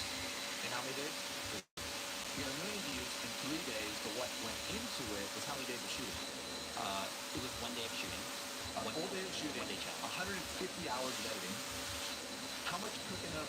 How many different titles do you think you brainstormed, or thumbnails that you kind of packaged, like even in experimenting before you moved out? I love that you're dissecting this. This one we have a format for these challenges, so the titles are generally the same. Okay.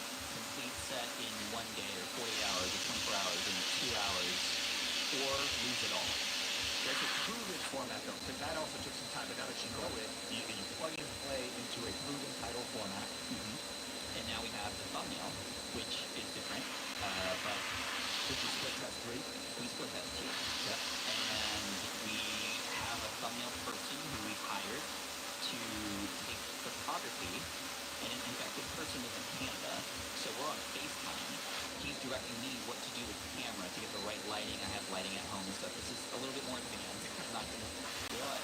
He gets me in the right angle. I'm holding the binder up, making sure there's no reflections and all this stuff.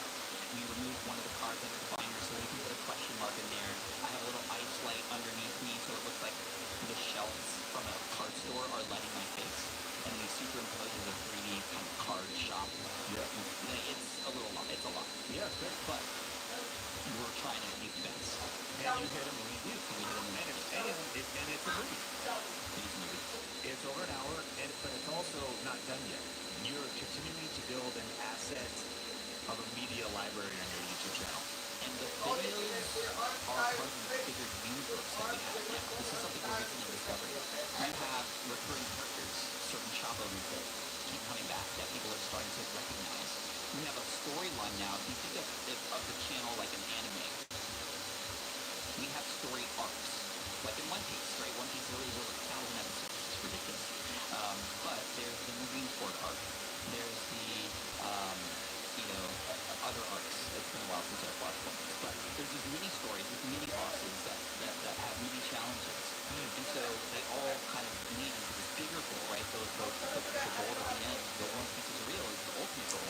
But throughout it, there's different challenges, and there's different new people who come into the crew, and all these things that kind of be a part of this world. And we have the same thing now. I discovered this when I failed a challenge last year. There's a set called Pokemon 151, and I was trying to finish it in 151 minutes. I failed the first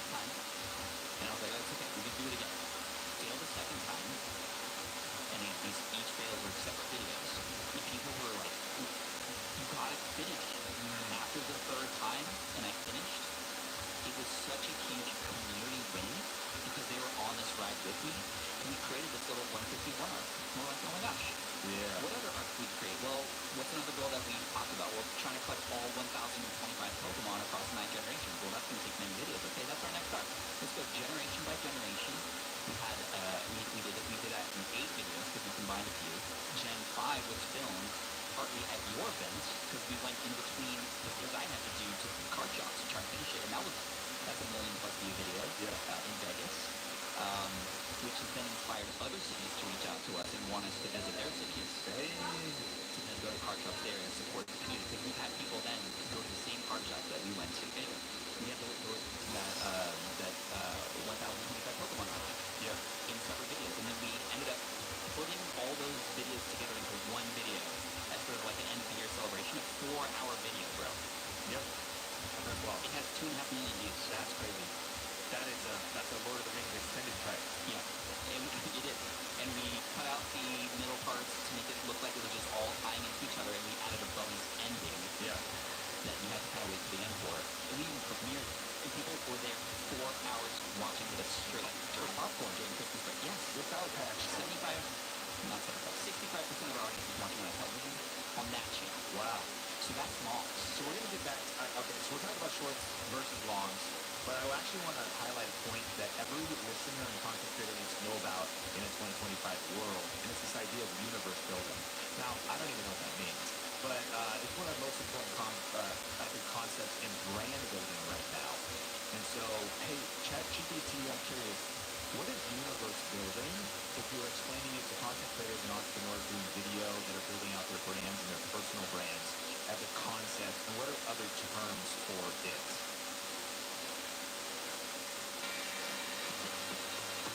Can an oven-roasted turkey breast have so much succulent flavor that the mere glimpse of it induces turkey sandwich daydreams? For sure, it's hillside. Where do you find a special birthday gift for a one-of-a-kind person? Shop Etsy for original pieces that celebrate Black people, like a custom embroidered bandana to let them know they're a breed all their own. Shop all kinds of special birthday gifts. Shop the Etsy app. Terms for it. Universe building is about creating a cohesive, immersive world around your brand or personal identity. For content creators and entrepreneurs, this means developing a recognizable and engaging environment that fans or customers can explore. It goes beyond just your products or videos to include consistent themes, aesthetics, and messages. Other terms for it might be world building, brand ecosystem, or brand universe. It helps establish a strong, memorable identity that resonates with your audience. World building was the other one. World building, universe building. So we just blasted off something to research later for our Big Video Podcast listeners, but we're talking about shorts versus long. Oh man, I want to go into that so bad because we have certain themes in the culture of our brand now, certain phrases like bad binder behavior and certain characters that have come up. Well, tell us this. If you're on the YouTube version, maybe you want to stop by and visit off of the audio, you listen on Spotify. Drop in the comments if you want Pascal to come back on and for us to do a deep dive episode on world building, universe building, personal brand building, all that kind of stuff, because we are talking about shorts versus long. Okay. But I'd love to go deep. So let us know your feedback and any other questions you have, because I'd love to have you back on and explore that. But shorts versus long, so what's the leader and how you executing? And you do it on 2 different channels. 2 different channels. The general rule on YouTube is same audience, same channel. This I knew was going to be potentially a different kind of audience because the person who's going to sit down on the couch with popcorn with their whole family and watch a 1-hour video is different from the person who's doom scrolling at night, just kind of trying to fill in time, or they're on the toilet, which I called out my audience. I said, hey, if you're on the toilet right now, wash your hands. And like people were like, how did you know? That's a fun little engagement trick for anybody doing shorts. So I approached it like this. How can I create a show that is 60 seconds or less about Pokemon cards where I rip a pack every day and make it interesting enough for people to want to see the next ones. So I came up with this concept called Should I Open It or Should I Keep It Sealed? Now what's nice about Pokemon cards is that a pack inherently has a mystery in it, right? You're not sure if you're going to get the good card or the bad card, so of course people stick around and watch that, but I'm not the first person to do packs.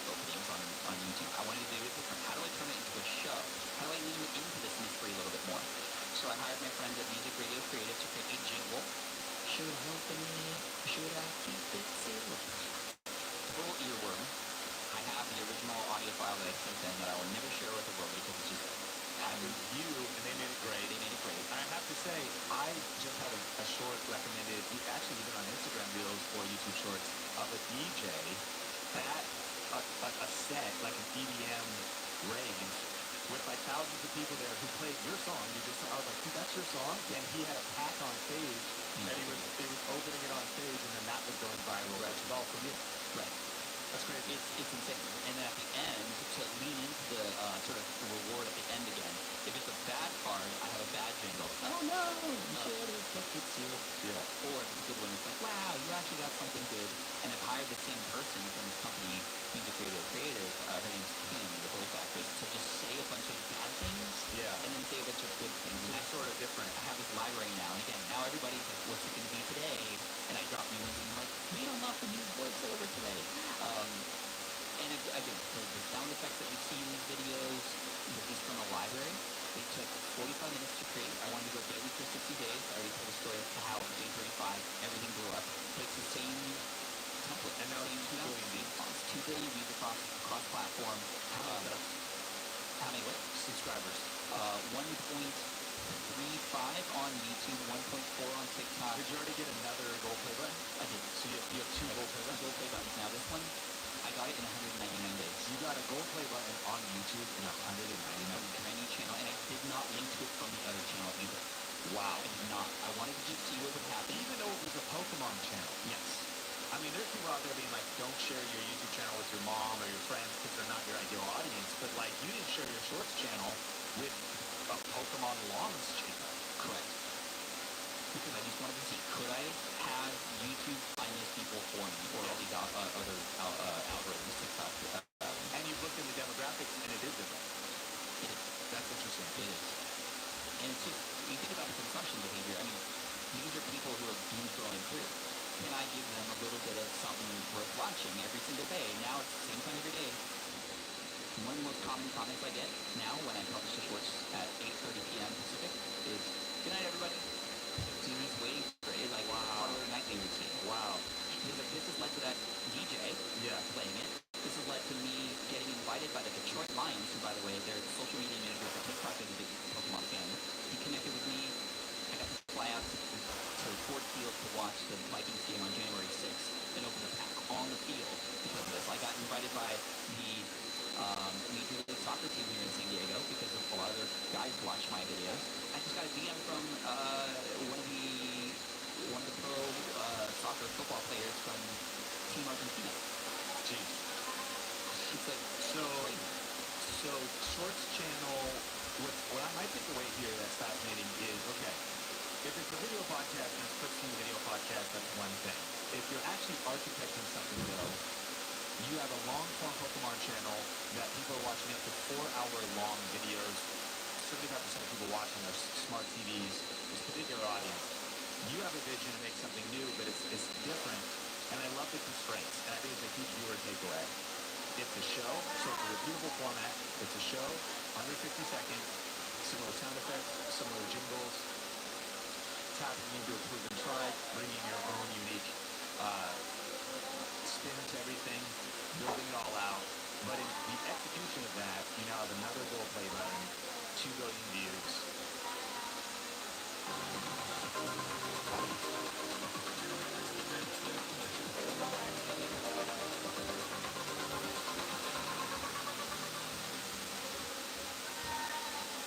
Once upon a time, crispy rice and chocolatey peanut butter. Exactly story.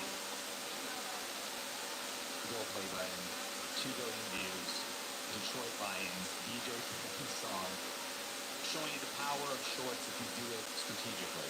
Brand partnerships, ad revenue on top of that as well. It's unlocking new revenue streams. Yeah. And how much does YouTube pay you for 2 billion Shorts views? Total channel revenue across. Total channel revenue, I have to check, but we're at about, on YouTube ad revenue. On your YouTube studio app? Yeah. Let's check. I can check. Now, I will say, a lot of the money that I earn from this just goes right back. I'm sure it does. Well, yeah, I mean, again, and I mean, people listening to the podcast can handle it. It's not, I'm not even trying to say, like, it's all about money. And I just don't want to confuse, like a quick way to make money is to create shorts on YouTube. Well, yeah, like RPMs are RPMs are low, but you have editing, you have the bigger thing going on, you reinvest in your community. But I am curious. But this is all me. I don't have any edit. It's me. It's only you. And the jingles and the people who pull the stuff in, how do you edit it? ScreenFlow. ScreenFlow on a MacBook. Yeah. So you edit the daily shorts show. I edit 2 times a week.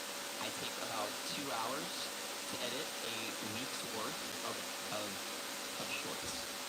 So I get it. Okay. And so you got 2 billion shorts views, and this is how much you made on YouTube.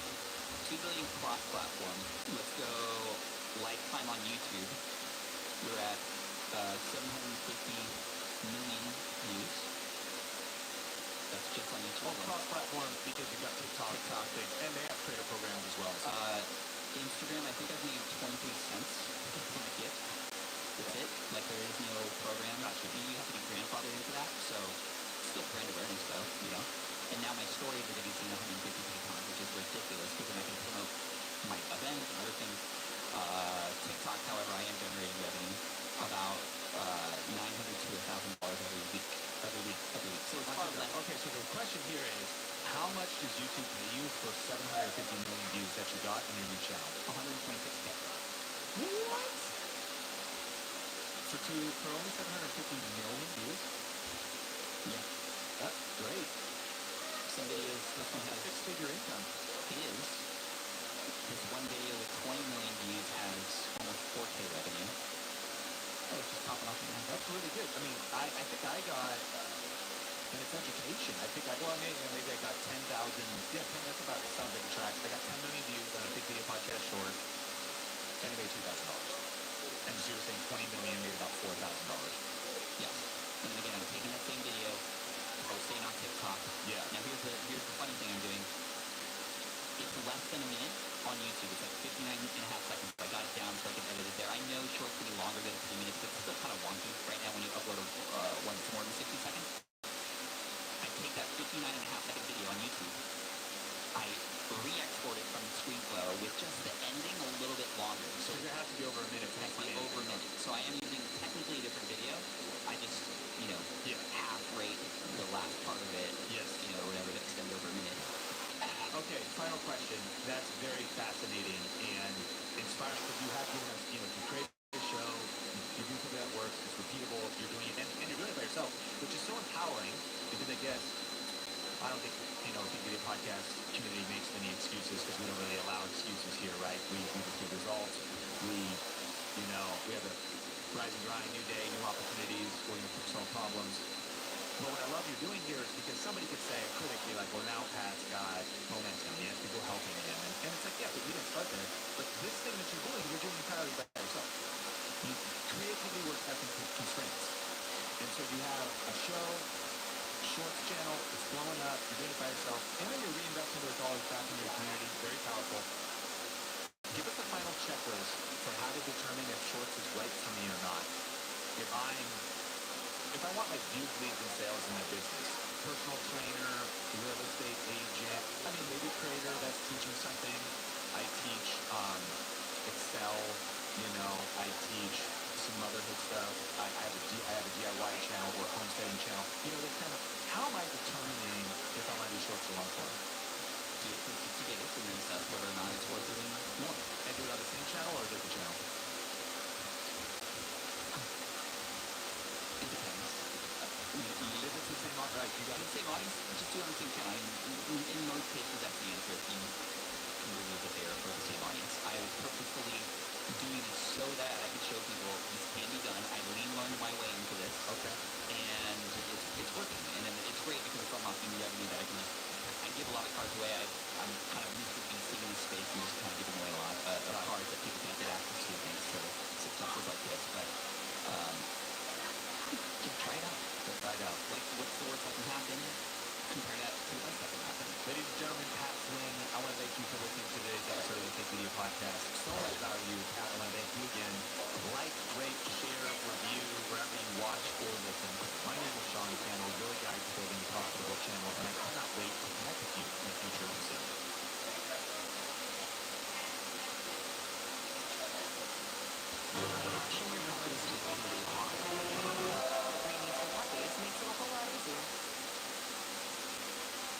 providers more than you're thinking. Definitely. Their resources help me create customized retirement income plans that help clients feel more confident. Helping them get in their comfort zone, their retirement comfort zone. Good zone. My other favorite zone, cow zone. If you've been thinking about starting a YouTube channel, I think that this episode will be worth your time. We're going to be talking about 5 benefits of starting a YouTube channel this year. You know, YouTube has 2.7 billion monthly active users right now, so there's a massive audience, and the creator economy is expanding and booming. There's a lot of opportunities to earn a side income, start an online business. There's also a lot of challenges right now, and so we're going to be covering sort of what's the landscape of YouTube, what are some of the opportunities, and you know, personally, I have been on YouTube for over 10 years. I've got 3 silver play buttons, a gold play button. I've made a lot of mistakes, and I've also had quite a few successes that I think will serve you and help you maybe make some decisions for what you want to do next when it comes to your YouTube journey. So let's dive in. So here are 5 reasons it's smart to start a YouTube channel in 2025. Number 1 is to get discovered and to attract a following. The first big idea is that the audience on YouTube is massive. Is there competition? For sure. And it actually gets a little bit more fierce every day. But when we look at the fact that there is 2.7 billion, with the B, people that consume YouTube every single month, it's an absolutely staggering number. And then you think about like the largest YouTuber. If you add up all of his channels, he has maybe 400 million subscribers, which is insane, but is also a drop in the bucket compared to the more macro global audience on YouTube. And then when you look at some of the famous articles like Kevin Kelly's 1,000 True Fans, and you realize if you have like 1,000 true fans, like not 1,000 subscribers, but like 1,000 people who like love what you do and support you, and if you monetize them in different ways, like that's the kind of thing that they're doing to support you, you need to have a full-time income with a small audience. You only need maybe a few of the right leads for your business with a small channel. And so the numbers are huge. And one of the biggest questions that comes in is like, but Sean, isn't YouTube saturated now? And I can actually definitively, scientifically say YouTube is not saturated. I think that this made sense to me, you know, as a dad now, with a 2-year-old and a 4-year-old. We have bath time, and you have a sponge to clean the kids off, and if you put that sponge into the bath water, at some point it is completely saturated. It's full. You pull it out, it cannot contain and hold any more water than soap. So here's the question. Is YouTube full? Can it contain any more videos? Well, kind of a funny question. Like, it's not full. Like, people are still uploading videos. And there's another question. Are people done watching videos? They're like, yep, you know, I've seen enough. Isn't that maybe actually true though? You know what I mean? But like still, we still watch more content. I've seen enough. I don't think I want any new videos. I'm just gonna watch the old ones. No, we love new stuff. We love novelty, new videos, current events. Like, media is always expanding. YouTube is expanding. And who knows where YouTube's going to be in 5 years or 10 years or 20 years. But here and now is the #1 video platform. It's alive and well. It's the best. I think it's Washington Post that said it's the healthiest economy on the internet. Like out of the digital economies, YouTube is responsible for so many jobs directly and also indirectly through the creator economy and people like you that want to start channels. So it's not saturated. I'm not saying it's easy, but I am saying that it's possible and it's a great place to get discovered and to attract a following. But let's go a little bit deeper. Another aspect of this is the YouTube algorithm itself is designed to surface relevant content to viewers. So when you learn to make strategic content and you learn how the YouTube algorithm works, you'd be shocked about how brand new channels can start getting discovered and start building a following, even if they're starting right now in 2025. In fact, YouTube actually has a dedicated team to new and small channels to work on the algorithm to help give up-and-comers a shot. And this isn't like an altruistic, because they're just saints and they just care about creators. Ultimately, I do believe they care, but YouTube's a business and they're in it to make money. And the way they make money is advertising. And the only way they can advertise is if people keep watching content and people keep watching more content and they're satisfied. Pizza!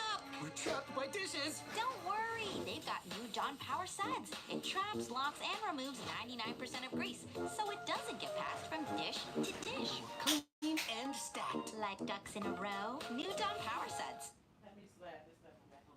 Starting at $399.99. Some say you can't have it all. Clearly, they've never been here. Play the unmissable on PlayStation 5. PlayStation. Watching more content and they're satisfied with the different content they're watching about all kinds of weird hobbies and different stories and news and conspiracy theories and fitness and sports, everything. Like, there's always this opportunity for people to get into niche, interesting veins. In fact, if you're watching the YouTube version of this, what's the weirdest thing you watch on YouTube? Would you be willing to share that in the comments? What's the weirdest rabbit hole you find yourself going down? Let me know in the comments. And so small creators have a chance to get discovered. That's content discovery, and the YouTube algorithm itself is a favorable algorithm to new channels, especially that learn strategy. Also, search. YouTube is a massive search engine. Now, one of the trendy phrases is YouTube is the second largest search engine in the world, which technically defined by Gemini, which is the AI that Google owns, and YouTube is all owned by the same parent company, Alphabet. There's Gemini, there's Google, there's YouTube. And Gemini says, well, YouTube's actually not a search engine, but billions of people search on YouTube, and it's bigger than Bing and Yahoo and all the other search engines combined in and of itself. And so getting discovered and building a following, when you start to understand search-based content and creating content that ranks in search, that's a massive opportunity. And then you can go deeper. Google search. Google loves to surface, meaning promote, meaning when you type a search in Google, or these days, audio prompt, videos are part of the responses, and YouTube videos are part of the responses. So again, this first point is get discovered and build a following. This is figure outable. In fact, if you're new to our channel, hit subscribe, stick around. We'll show you how to do this stuff. And so even if you're starting from scratch, in 2025, YouTube is still a great platform to build an audience, to get discovered, to build a following. And then finally, under number one, the long-term growth potential. There's a term of content, which is my favorite kind of content, and it's called evergreen content. There's kind of two big buckets, evergreen content and trending content. Trending content is maybe self-explanatory. A news story breaks, a celebrity is trending, you make a video, you tie into it. You might get a lot of views, but you get them for a few days, and then that video may never be viewed again. The flip kind of content is called evergreen, and I like to think about this, I was born in Seattle, Washington. And so in Seattle, we have all four seasons, summer, spring, winter, fall. You'll probably see snow in the winter. You'll see 80, 90 degrees, sunny weather, blue skies in the summer. But we have what's called evergreen trees, and these trees are green all year long. And so evergreen content is similar. It's not just relevant for a week or a day, but for months and even years to come, the videos can continue to get views. So if you're thinking about starting a YouTube channel, I think it's also smart to think about that sometimes it starts slow and that YouTube is a marathon and not a sprint. But if you're committed to the long haul, your momentum, there's kind of a good business word called flywheel.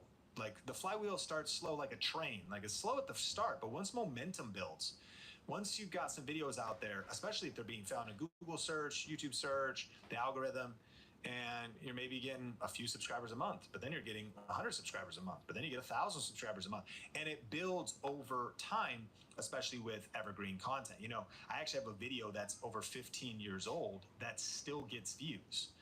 Maybe 2,000 views a year, grows my channel like 19 subscribers, but it's 15 years old. That is crazy if you think about long-term growth potential. And then you start thinking about, what if I just don't stop? And what if I improve? Because your first videos are gonna be your worst videos when you start a channel. But what if I just start slow and just kind of get into this thing, but then start to improve as I go? The first big idea is YouTube is a great place. Be courageous, be bold, take the move and just do it. Pop them open. minutes.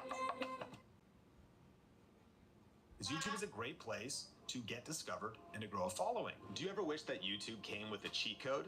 Well, it kind of does. It's called vidIQ, and it's packed with AI tools to help you grow your channel faster. Think of it like having a YouTube expert in your corner, giving you personalized tips and tricks to improve your videos so that ultimately you can get more views and subscribers. And the best part is you can try it out for 30 days for just $1. If you want to grab this offer, just go to vidiq.com/think or click the link in the show notes. All right, let's get back into the episode. The second reason to go all in on YouTube this year is to start or continue building your personal brand. Now, what is the power of building your personal brand? Think about characters like Elon Musk, Oprah Winfrey, Mark Zuckerberg. What do their personal brands allow them to do? Well, if you think about their businesses that they own, their personal brands can help them raise the value of their business, attract top talent, promote their business. Now, additionally, there's some thought leadership. You look at Elon Musk, controversial character, but now getting into politics, leveraging his personal brand for all kinds of things. I mean, he purchased a media company, Twitter. And so there's all kinds of aspects of personal brand. You think about Oprah, pre-social media, she realized the power of media. As she's building a personal brand, she's able to grow any business that it wants to promote or talk about. She's able to have influence, have open doors of opportunity. Well, Mark Zuckerberg recently went through a whole rebrand. I mean, have you seen him lately? You know, he's got like a chain. I need to get a chain. He's got like, you know, he's all hip now. He's trying to rebrand the face and the vibe of Meta, but he's thinking about the value of the company. He's thinking about future. He's thinking about relationship and perception in the media and with their customers and the public. Okay, what's the point? Your personal brand is leverage for you, even on a small scale. Let's take it to regular everyday people like you and me. It's like, I'm a small town kid, college dropout, grew up in Arlington, Washington, an hour north of Seattle, went to Arlington High School, and grew up on 6 acres with some goats and horses. And I had no connections in Hollywood, no media connections. Nobody gave me an open door to start being able to do media, right? We're living in the creator economy. I started to post videos on the internet that I filmed in my bedroom. And today I run a small media company. You know, we got employees, and it's weird. Things have gotten kind of official and publishing content, and I've had all kinds of open doors, been in Success Magazine or Forbes, and been on stages and stuff. Like, why? You know, well, the power of personal branding. And even before all of that, I think about, I started a YouTube channel, and it led to me getting a promotion from a small town, moving to Las Vegas, getting a better job with a better salary, with health benefits, with also like more influence or a chance to learn from just a whole different level of the people I was working with, because I started a YouTube channel. And I started to put my thought leadership out there, and I started to build a personal brand. And so a couple reasons why it's a great idea to go all in starting a YouTube channel, even if it doesn't get huge, is to showcase your expertise and your passion. To start building a portfolio of your thought leadership, your passion. Who are you? That might grow and monetize and go full time. That might lead to job promotions. It might lead to open doors. It might lead to relationships, friendships. In fact, you can connect with a like-minded community. When you start posting content and kind of get into the content creation game, you must start meeting other people. And they often say your network, your net worth is up to your network, or your network is your net worth, which is kind of true. You need to expand your influence, your connections. And starting a YouTube channel, putting some things out into the conversation is one way to do that.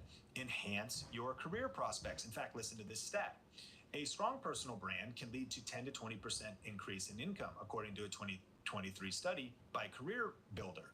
So even getting a raise at your current job, making a move to somewhere else on the other side of a personal brand. 92% of recruiters use social media to find candidates.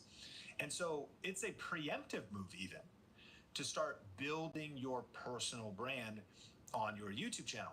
Now, if you're a business owner or entrepreneur, you can increase the value of your business and drive sales. For entrepreneurs, 72% say personal branding has helped them acquire new customers.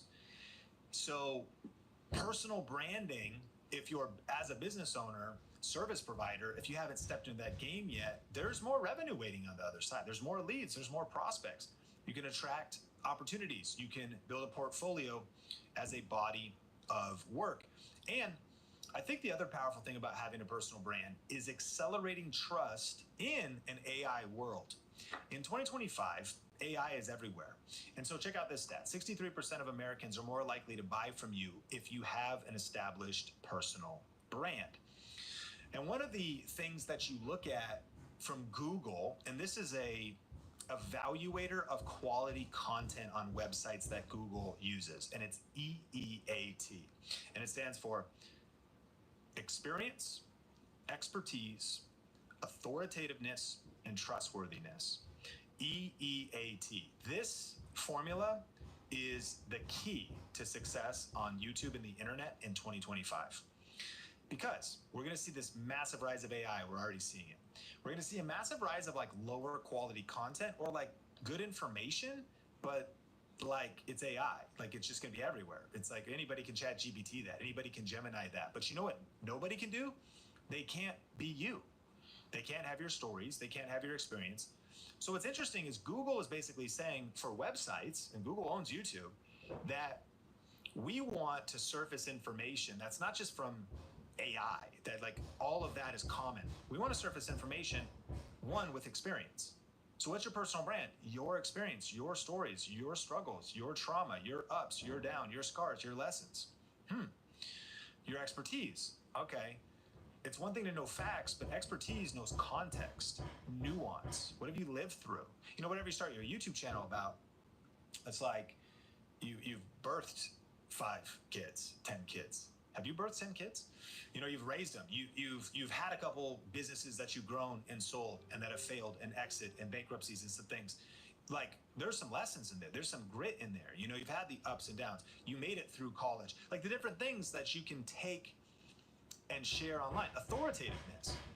You have credentials, experience, and then trustworthiness. And so this is what's cool about this is AI can't have these things. I love AI, and I think it can help content creators go faster. But being a real human on the internet, having a YouTube channel that's really you as a person and as a personal brand, like eventually everyone's going to have an AI chatbot giving them information on their website. Cool. Where's that connection with you? And if I could watch your videos, learn a little bit about you, hear about how you can add value, hear some of your stories, it's going to be this massive trust accelerator. This is already true, and it's going to be more true as we go throughout 2025. And so one reason to start a YouTube channel is to build or continue to build and amplify your personal brand. Number 3, generate multiple streams of income. It's true. YouTube is a massive money-making opportunity. Now, we're not going to go super deep into this in this video, but there's 2 big categories I want to cover. There is making money on YouTube, and then there's making money with YouTube. There's like 7 ways to make money on YouTube. There's like 14 plus ways to make money with YouTube. And I actually have a YouTube challenge coming up where we're going to be talking about that and other things. If you're thinking about starting a channel, wanting to get your first or next 1,000 subscribers, if you go to tube1kchallenge.com, you could register for that for free, but I'll hit a couple of them. So making money on YouTube is this idea that like you can make money on YouTube itself. Most people know this, but once you get approved for the YouTube Partner Program, you can get paid for views. But you can also do things like channel memberships. And you can also do things like super chats. If you're live, people can tip you. And then there's things like Brand Connect once you qualify, where you can get brand deals right through YouTube. YouTube Shopping is a massive wave right now. Affiliate marketing built right into YouTube. And we're seeing shopping on all kinds of the other vertical platforms. This is only going to be bigger as the future continues. In fact, this last few months, we earned a few $1,000s just doing tests and experiments with YouTube Shopping on our main YouTube channel, Think Media. So that's on YouTube. It's very interesting. You want to be thinking about your strategy. One, you might just want to start knowing like there's financial opportunity and I'll figure this out as I go. But there's this one path of making money on YouTube, and there's this path of making money with YouTube. And the big idea there is like you could make money with anything, meaning if you put a billboard up in your city, you could pay the money and perhaps somebody driving by takes action and goes to a website or calls the phone number.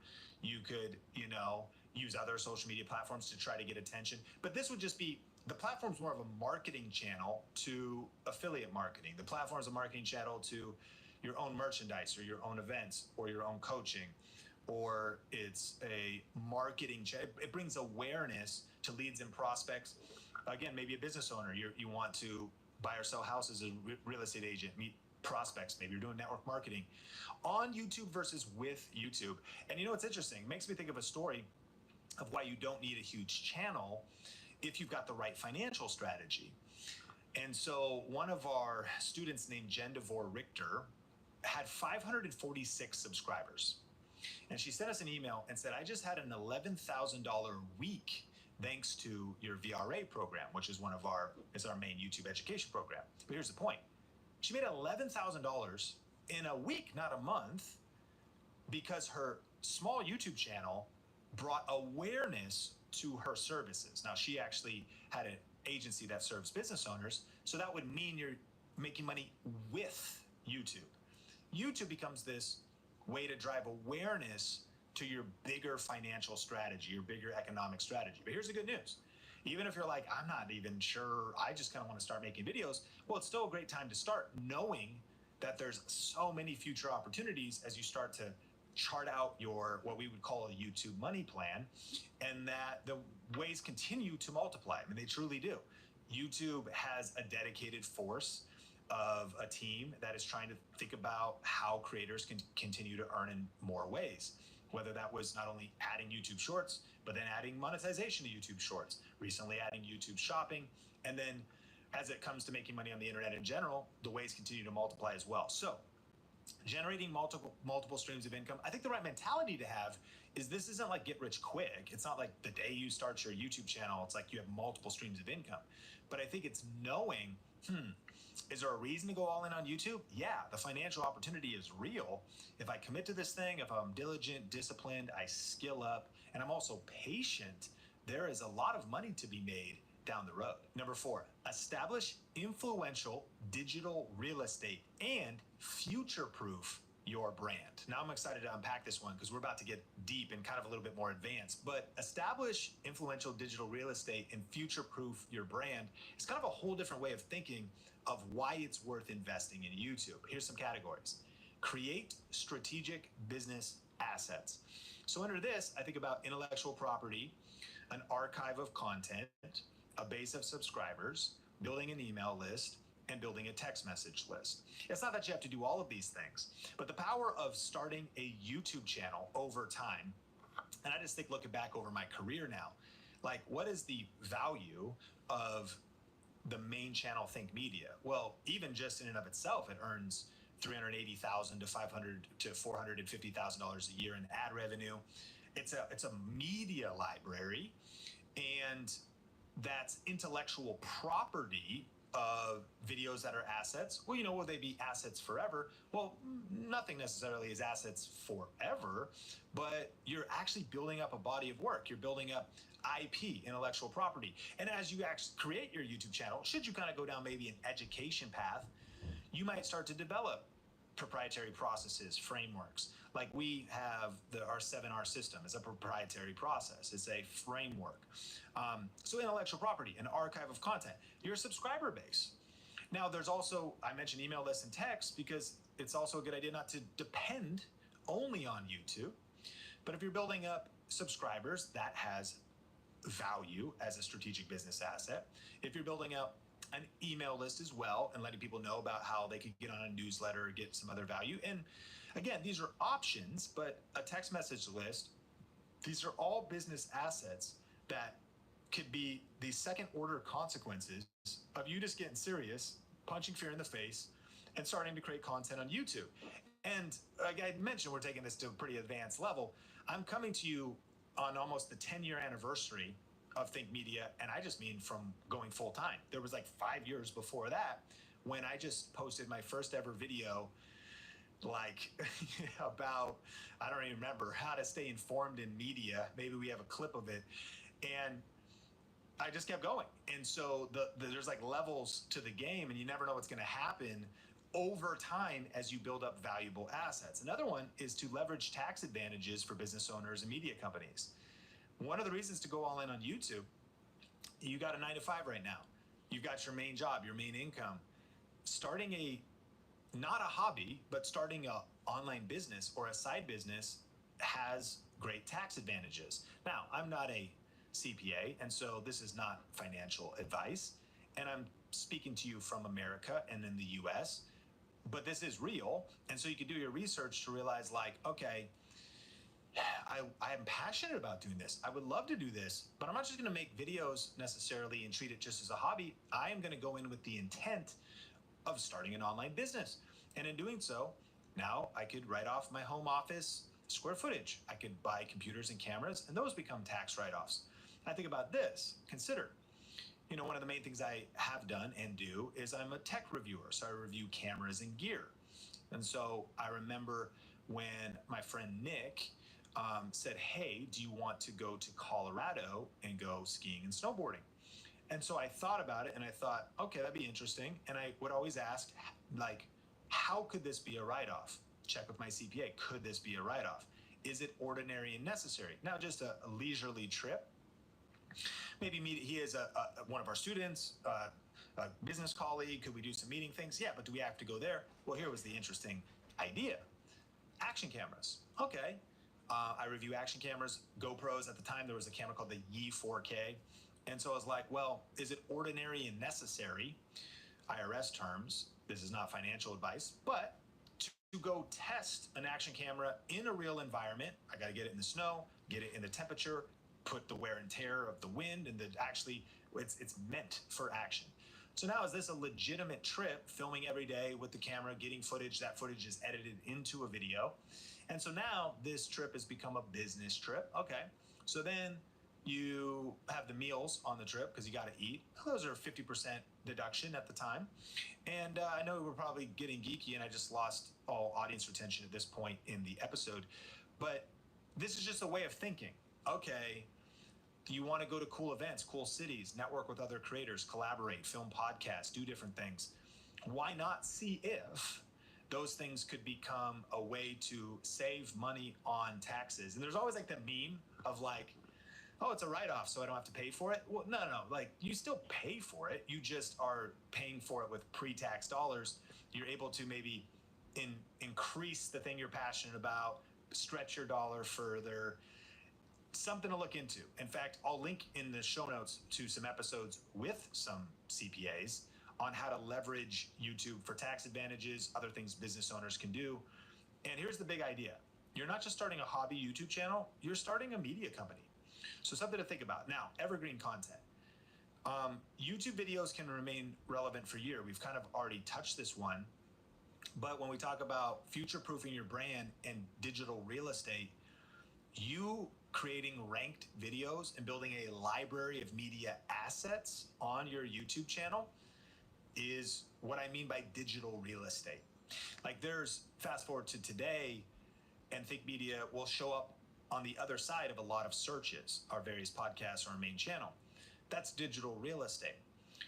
This is the reason why you hear us say the term ranked videos. A ranked video is a video that basically shows up if you type in a search term.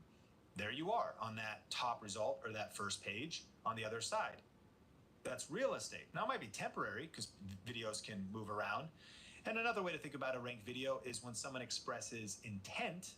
And if you've ever typed something into YouTube, like if you were like shopping for a dog and you were like, Boston Terrier, and if you type in Boston Terrier to the YouTube search bar and you start watching some videos, what's going to happen? All kinds of Boston Terriers are being recommended all over your homepage, and they start showing up in your suggestions.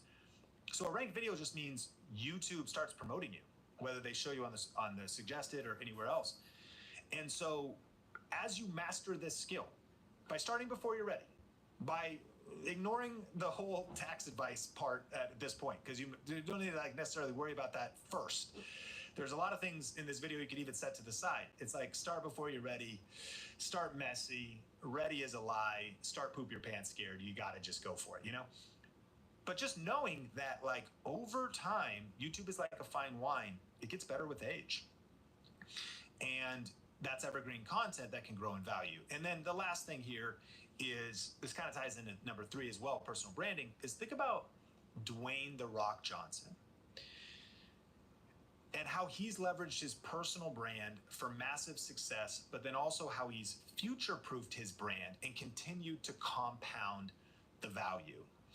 So by doing a thing, and that might, in our case, again, I know we're starting a lot smaller, and I'm not saying we're going to become The Rock, but I mean, I think wrestling, right? I don't know if that was first, but I think he gets into wrestling, WWE, WWF, builds his body, builds his influence, but then he starts to do the acting thing. Then he starts to get a social media following. Then he starts to build his personal brand. Okay, what's that lead to?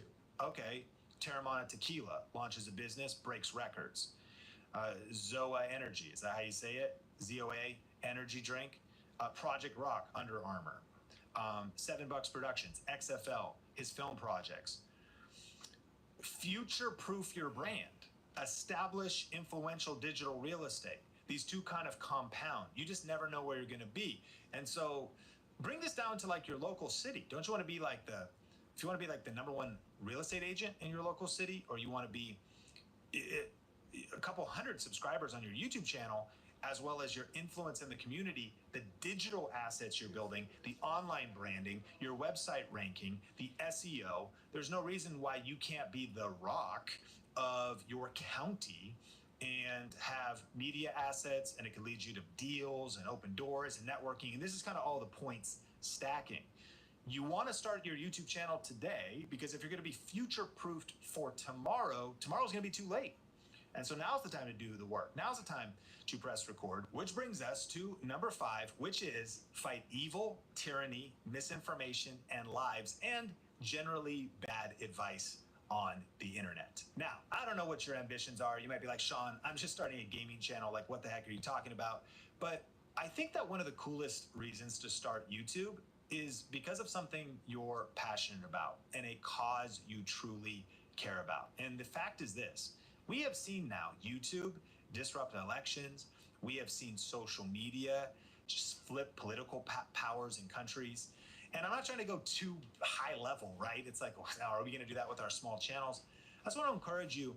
It's like, there's a quote that says, the only way that evil can triumph is if good men and women stay silent.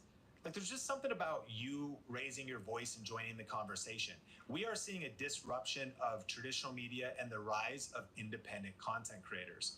And I just think there's a massive opportunity. Now, I also understand that with great power comes great responsibility. And so I hope you're not spreading misinformation or lies or anything like that. But it's like when you hold yourself to a high character and a high ethic and high integrity, and there's probably some things that frankly kind of tick you off. You know, you like look around and you're like, man, this is happening in culture. This is happening in my city or my country. Like, we're living in a world where independent people can join the conversation, where the gatekeepers are gone. And my personal conviction is there's real evil in the world and there's real good. And we need more purpose-driven people raising their voice and starting meaningful YouTube channels. Even if that just means bringing more positive and values building and faith building content creatively to the platform, more people with high values and high ethic building educational YouTube channels. We have the opportunity to fight tyranny and to fight evil and to fight misinformation and to fight generally just bad advice that gets spread on YouTube. And I want to encourage at least one person watching this that the next generation needs mentors. Like, they need real wisdom. They need real life advice from people that have real experience. I think there's a massive opportunity right now for people in their 40s, people in their 50s, people in their 60s to start YouTube channels. There is too many 20-year-old life coaches, and there's too many 23-year-old business experts. Respect to the next generation that's doing some incredible things,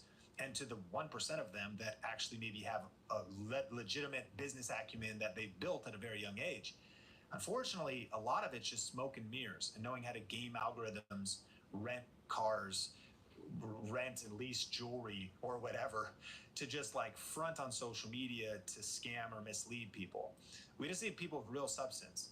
And it doesn't mean you're going to have a huge audience or a viral audience, but who's waiting for you to show up and take your dreams and goals seriously on YouTube? Who could be waiting on the other side of you punching fear in the face and bringing valuable content from a life that you've lived, from the highs and the lows, the mistakes you've made, the wisdom you've gained? The world is flooded with information right now, but it's starving for wisdom. And so I hope that one or two people listening to this episode maybe thinks, okay, there's a money-making opportunity. I could build a personal brand. I could grow an audience. I could even see some future benefits here. But there's also a cause. Like, what fires you up? What gets you excited? If you just are going to create an entertaining channel, that's cool too. You might be like, I'm not exactly fighting tyranny, Sean. Like, relax. I understand. But I think there's something about digging to a deeper level of purpose. And we need good men and good women that are willing to get uncomfortable and start YouTube channels. Now, I'm curious, if you watch the YouTube version, which of these points did you like best? Is there any other reasons you could think about why now is a great time to start a YouTube channel? And if you want some more help, I'm actually hosting a 5-day challenge. It's entirely free. It's called the Tube 1K Challenge. I'll link to it in the show notes, or you can go to tube1kchallenge.com. Every day we learn something. Every day you'll be challenged to do something, to get started, to plan out videos, even to film a video. There's some giveaways of cool tech and software, and it's a lot of fun. We only do it a couple times a year. So if you want to register for that for free, go to tube1kchallenge.com. My name is Sean Cannell, your guide to building a profitable YouTube channel. Like, rate, share, review wherever you listen to the podcast, and I will see you in a future episode.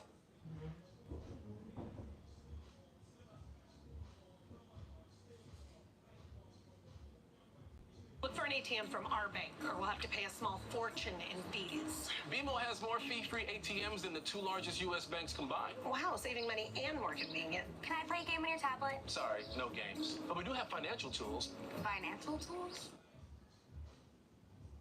Oscar Mayer wieners are 100% tasty.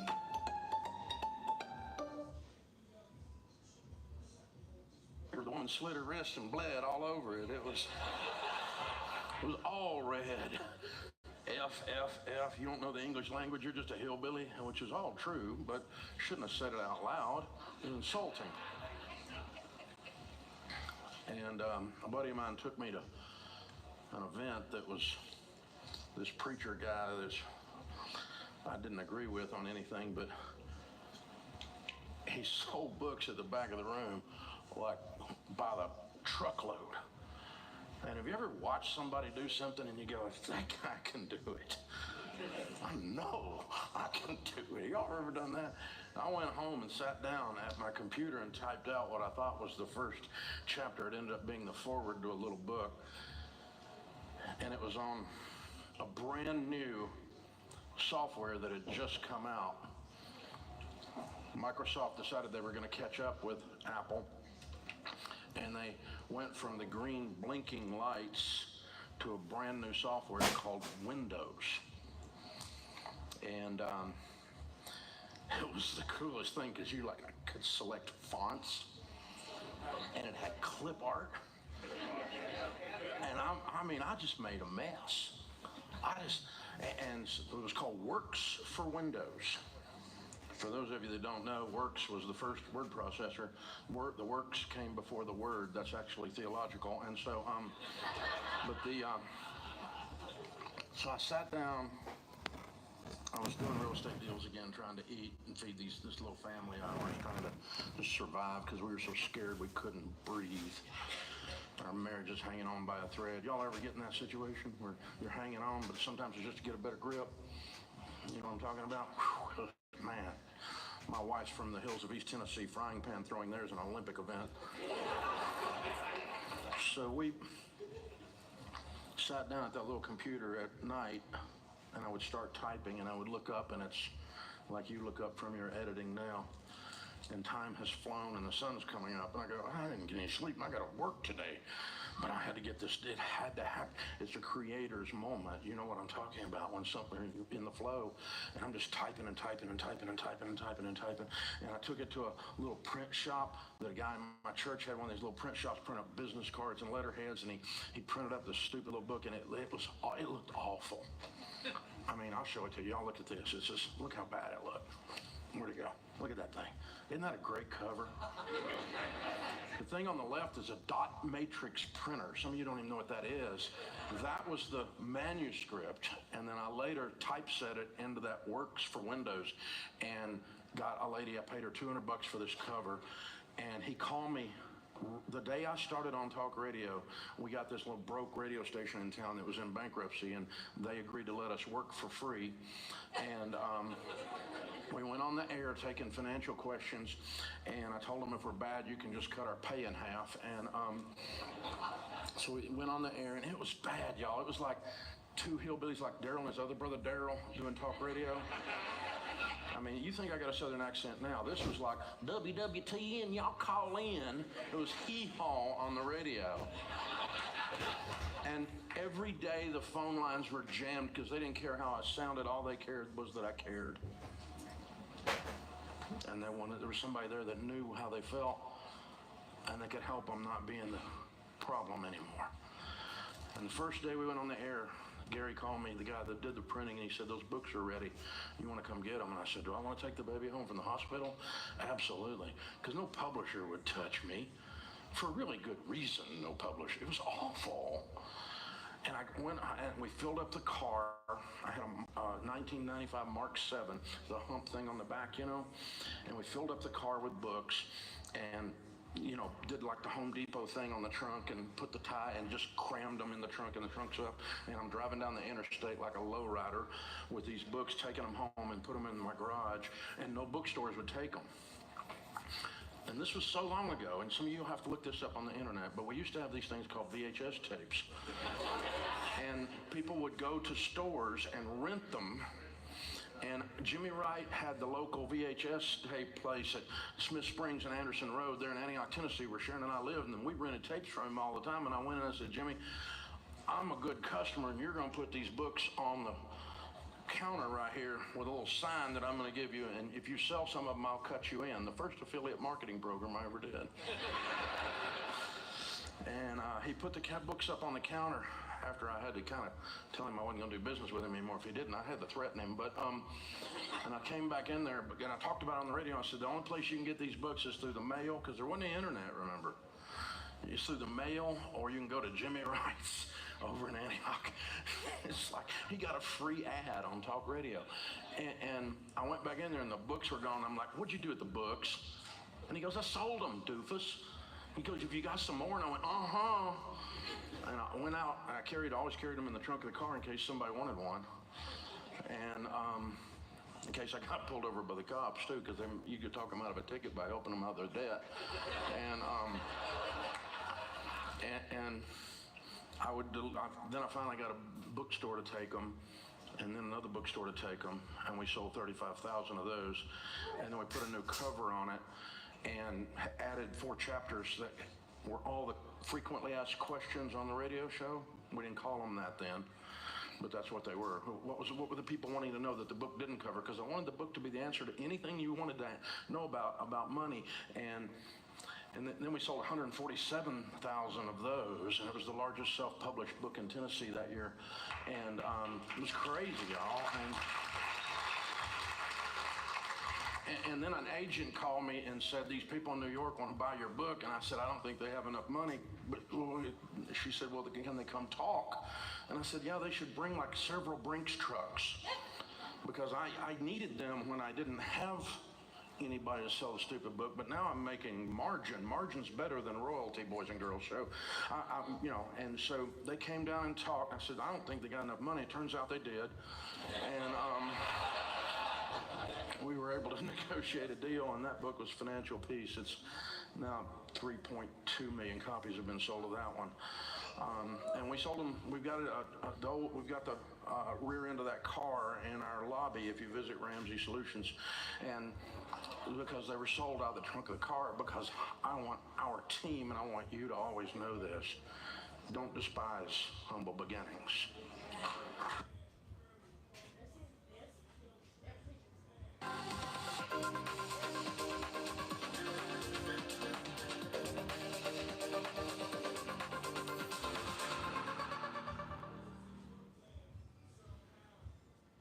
With the new diamond weave texture, Charmin Ultra Strong cleans better so you can use less.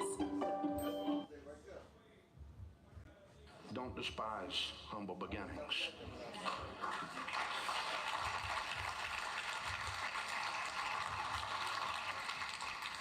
There's a lot of different ways you can create content, and I've been sitting back there watching all these things. It's so amazing what some of you all do. You're so creative.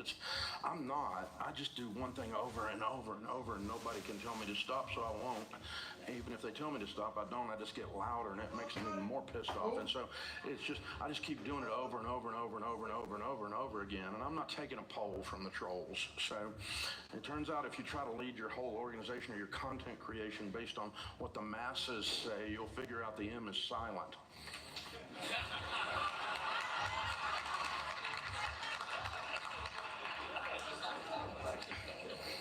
So if you're going to do something in the vein that we're doing it in, I know there's there's entertainment and there's other stuff, but if you're going to be in a space like we're in, have something that you have to say or your soul will explode. You can't not say it.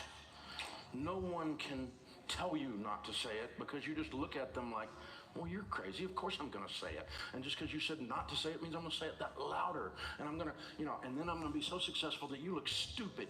And I'm just going to go whip your butt in the marketplace. And because you can't tell me not to say this, because when it comes to financial stuff and leadership stuff, we found a cure for cancer, baby. And we've gotten 10 million people have gone through Financial Peace University. It's crazy, y'all. The number of millionaires in America today because they follow these processes that we have to say out loud, and we cannot stop saying it. Have something that just boils up inside of you. That'll help you sustain when the haters hate. That'll help you sustain when you trip and break something. That'll help you sustain when some platform shifts and pulls the rug out from under you, because you just can't quit. It's a big deal. So today we're a long way from out of the trunk of our car. There's 1,100 of us on the team now.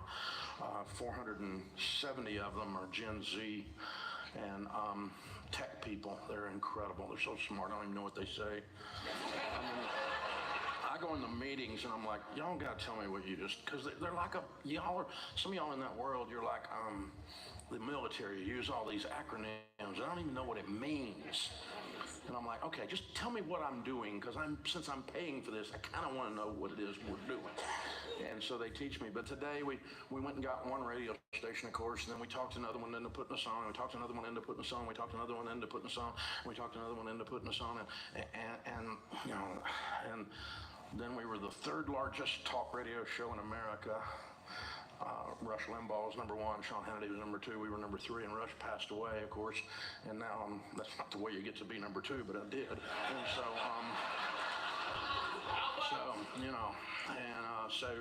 Hannity's actually got fewer stations than I've got, but he's got more listeners because he works for iHeart, and that's who owns that program, and we own ours. But so today we're on 640 radio stations. We're the second largest talk radio show in America. We've done over 1 billion downloads on the podcasts. We were the fourth one on Apple to ever do 1 billion. Joe Rogan and NPR and a couple others, and then we were number 4 that hit 1 billion downloads on Apple, and over 2 billion YouTube views. It's just nuts. 8 number 1 bestsellers that I did. Our personalities have done another 10. I personally sold, that says 20 minutes, probably more like 30 at this point. Headlined over 500 live events. I feel like I've done 5,000. I don't know, but I'm tired. But I think it's probably somewhere in there. That sounds pretty good. So Sean, isn't he incredible, y'all? What a sharp young guy. Man. He and I were talking, he said, if you come and tell us a story, that ridiculous story that I just told, and let's talk about how we can create a sustainable brand, a brand that lasts. How is it that you keep going through all the changes that have happened? Because, I remember the first time I dialed into the internet, it was like, Anybody remember that? 14.4? Yeah. Broadband wasn't even a thing when we started that stuff. So the first component, I'll give you 4 things to sustain a brand before we leave, is clarify your mission.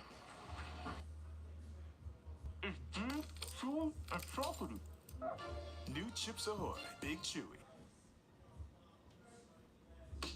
Colgate Optic White's unique technology gives you a visibly brighter smile in just 3 days. And don't let anybody take you off of it. Stay on mission. Decide what you is and be it. Don't quit. Don't take a poll. This is principled.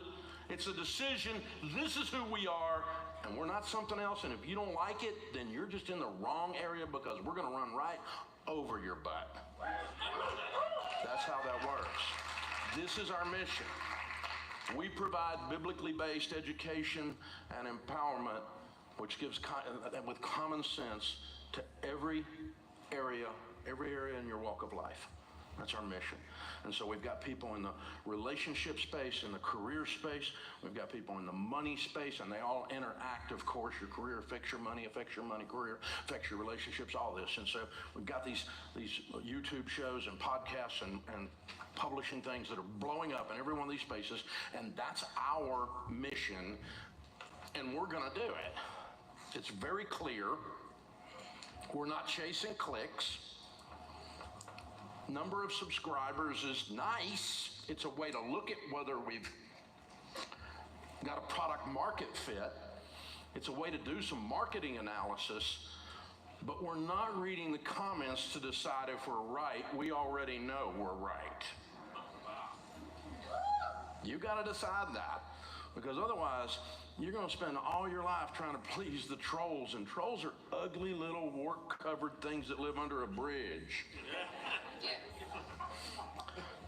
And they live actually in their mother's basement, and they don't have a job. So you really don't want to spend your life trying to move to that. You've got to stand on principle. You got to say, this is who we are. This is who we is, and we're not going to change. See, one element of integrity is consistency. You expect when you go into a Subway sub shop that sandwich that you like from Subway, whether you're in Las Vegas or Abilene or New York City downtown, you expect that stinking sandwich to be exactly the same. The consistency is what the yellow sign tells me. That's a type of integrity. I know what it is, and when you come to Ramsey, you're going to know what the type, you're going to know what you get. You may not like it, but that's okay. I mean, at least we understand each other. And so, but this is the consistency.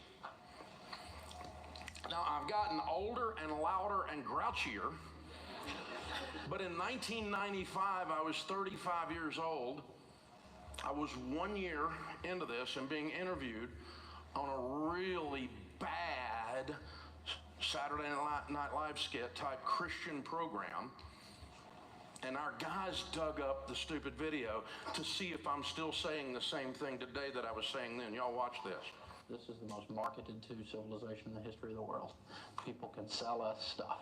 I mean, and we can buy some stuff. And we got a whole generation of folks, me included, that have developed this disease we call stuffitis. And then the proverbs say that in the house of the wise are stores of choice food and oil. Save money. Save money. So save money, live on less than you make. Two concepts Congress can't grasp. And then we talk about getting out of debt, the borrower's servant to the lender, and having a plan to do that. Don't build a tower without first counting the cost, Jesus said in Luke. And so lay down a plan, have a budget, spend every dollar on paper before the month begins. Boy, that guy was a hick. I love the little comb over with the Mr. Magoo glasses, don't y'all? I still say once a week, live on less than you make, a concept Congress can't grasp. The joke still works. Because it's based in what we all know to be true. And that's why the humor works. It's based in the principle, and it still runs. So you do have to iterate. You do change. You change how you approach the market.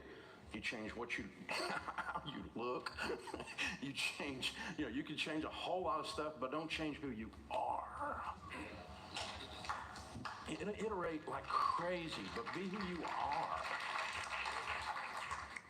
See, if you're just going for the clicks and the quick hits and the going viral, and sometimes some of our stuff goes viral and we're not even sure why it did. We had one that we dropped it on TikTok and on Instagram, and between the two, it went to 42 million in like 48 hours. It was just, and it was a 4-year-old clip, sawdust out of the show. We just put one of our social media guys clipped it out of the show from 4 years ago. It's not even the same set, not even the same building we're broadcasting from now. And I still don't know what was so engaging to the TikTok crowd about that. I'm not sure, but our TikTok guys are trying to figure it out, that's for sure. But it was just the same stuff. I mean, helping some woman get out of debt. She had $1 million in debt. I guess that's what it was, because it's such a big number, you know. But you just can't be doing self-centered, I'm worried about what everybody thinks. It's not going to work. Y'all know the numbers. I'm sure you know, because y'all are sophisticated and you're learning from Sean. But it blows my mind. I have to remember 6% of the Twitter population, X population, does 88% of the posts. So, you know, the eyeballs matter, but the posts really don't, is what we're saying. If I can get everyone that never posts something to move, that means I've got 94% of that entire platform to move on something, and they never posted once. So you can't take a poll and change your principles.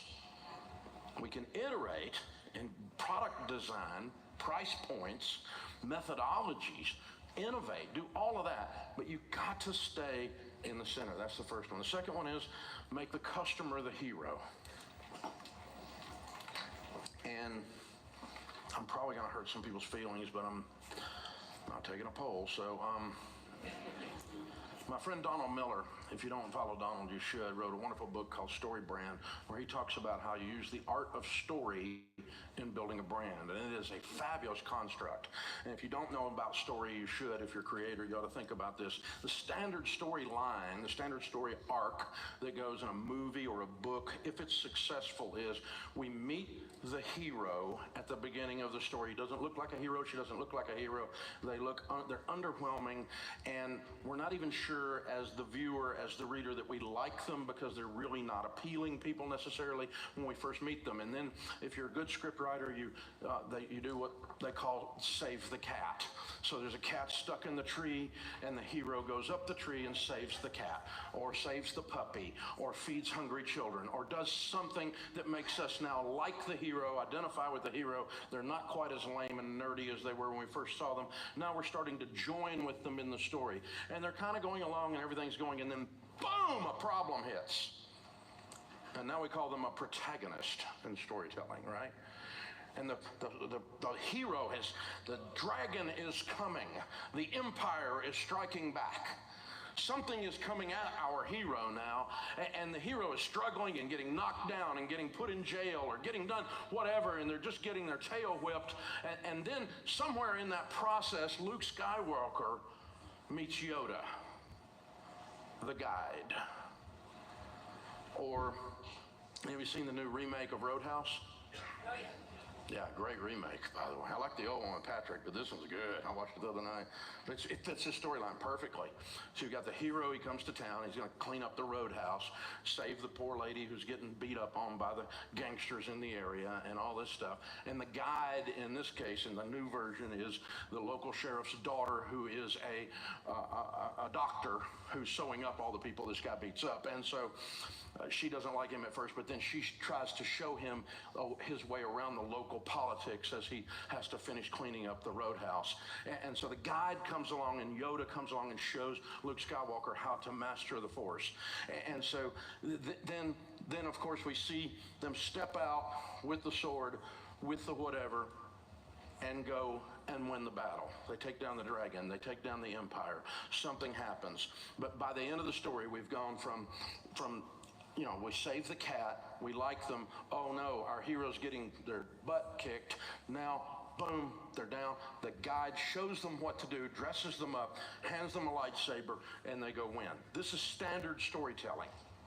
Make sure in your customer's personal story, because we're all living a story, that your customer remains the hero, not you.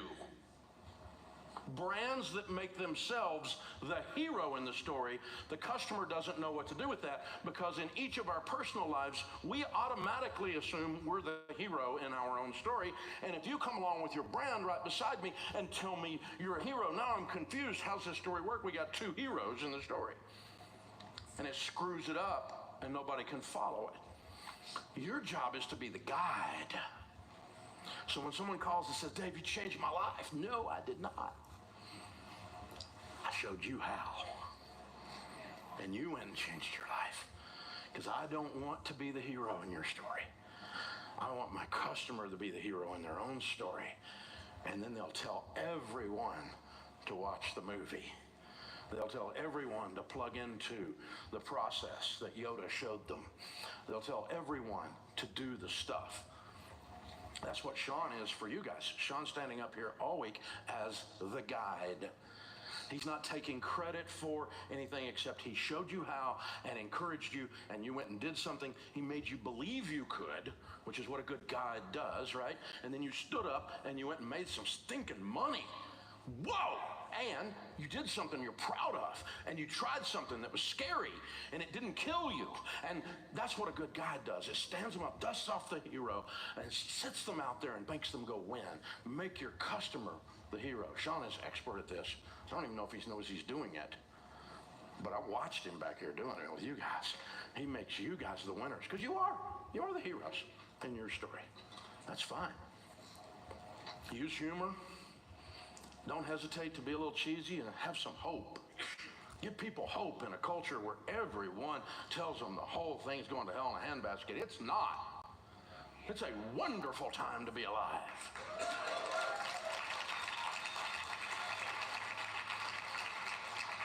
Put out a guided plan of some kind. If you do these steps, we got the 7 baby steps we teach people with money. We've got a framework for entrepreneurs that we teach in EntreLeadership called the EntreLeadership System. That's the 6 drivers that takes you through the 5 phases of business. And we walk you through these entrepreneurs through this stuff. And I was just with 3,000 of them in Dallas yesterday. I flew from there here right after we just finished one of our big conferences with that. So, storytelling and humor, and make them the hero, and hope, and a guided plan. Number 3, be platform agnostic. Woo!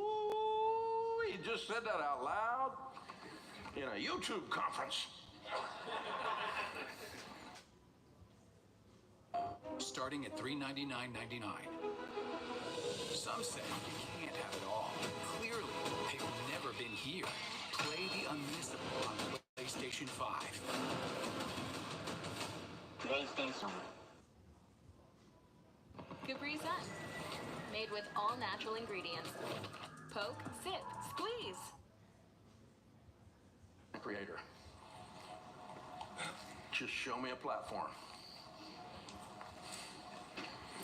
We were on talk radio. Talk radio's going zoom, zoom, zoom, zoom, zoom, zoom, zoom. It was top of its game. Guy walked in my office, one of the youngsters on our team, many, many years ago, and says, we need a podcast. And I said, what is a podcast?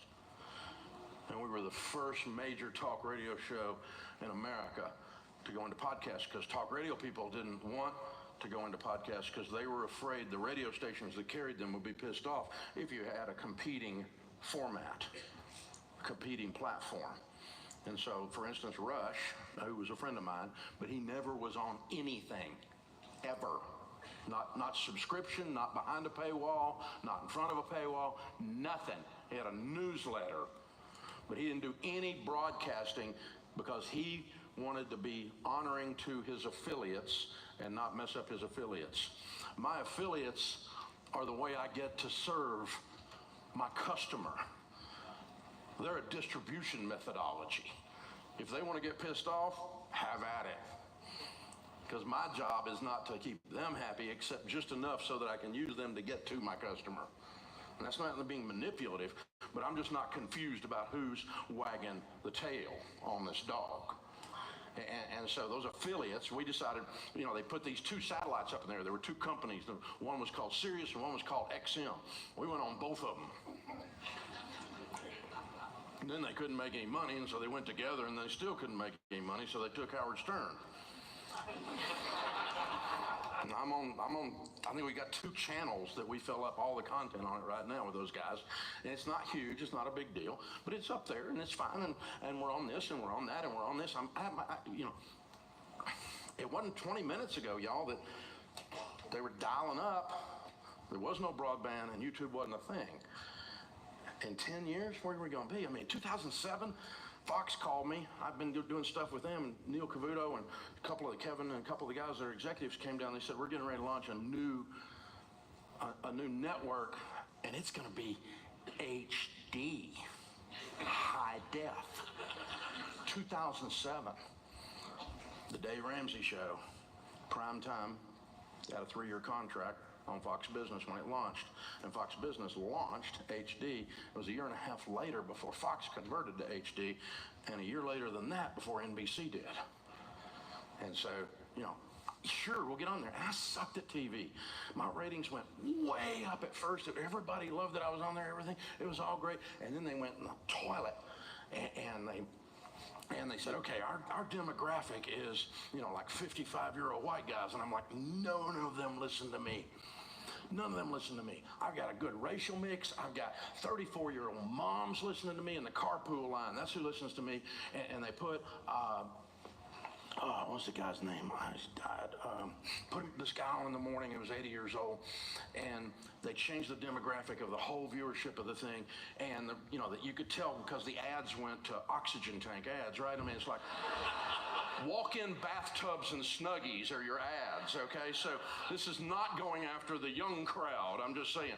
And so they kept going, what are we going to do about your ratings? And I told Kevin, I said, look, you guys have me on a 3-year contract, and all the equipment is mine that you put in my studio, all this new HD stuff, when you fire me, and you need to fire me, and you also got to pay out the contract, but you still need to fire me, because I'm not going to be able to help you with these 85-year-old white guys. They're not my audience. And it's not, they already know to be out of debt, okay? I can't help you. And so they fired me, and it was awesome. But I got to be at the ground floor. I'm platform agnostic. I'll try anything, and most of it doesn't work, but I'm going to be out there trying anyway. We started YouTube, and we had all the commercial block in there. And, of course, nobody on YouTube wants 9 million commercials like you have in radio. I have 38 minutes of content an hour in talk radio.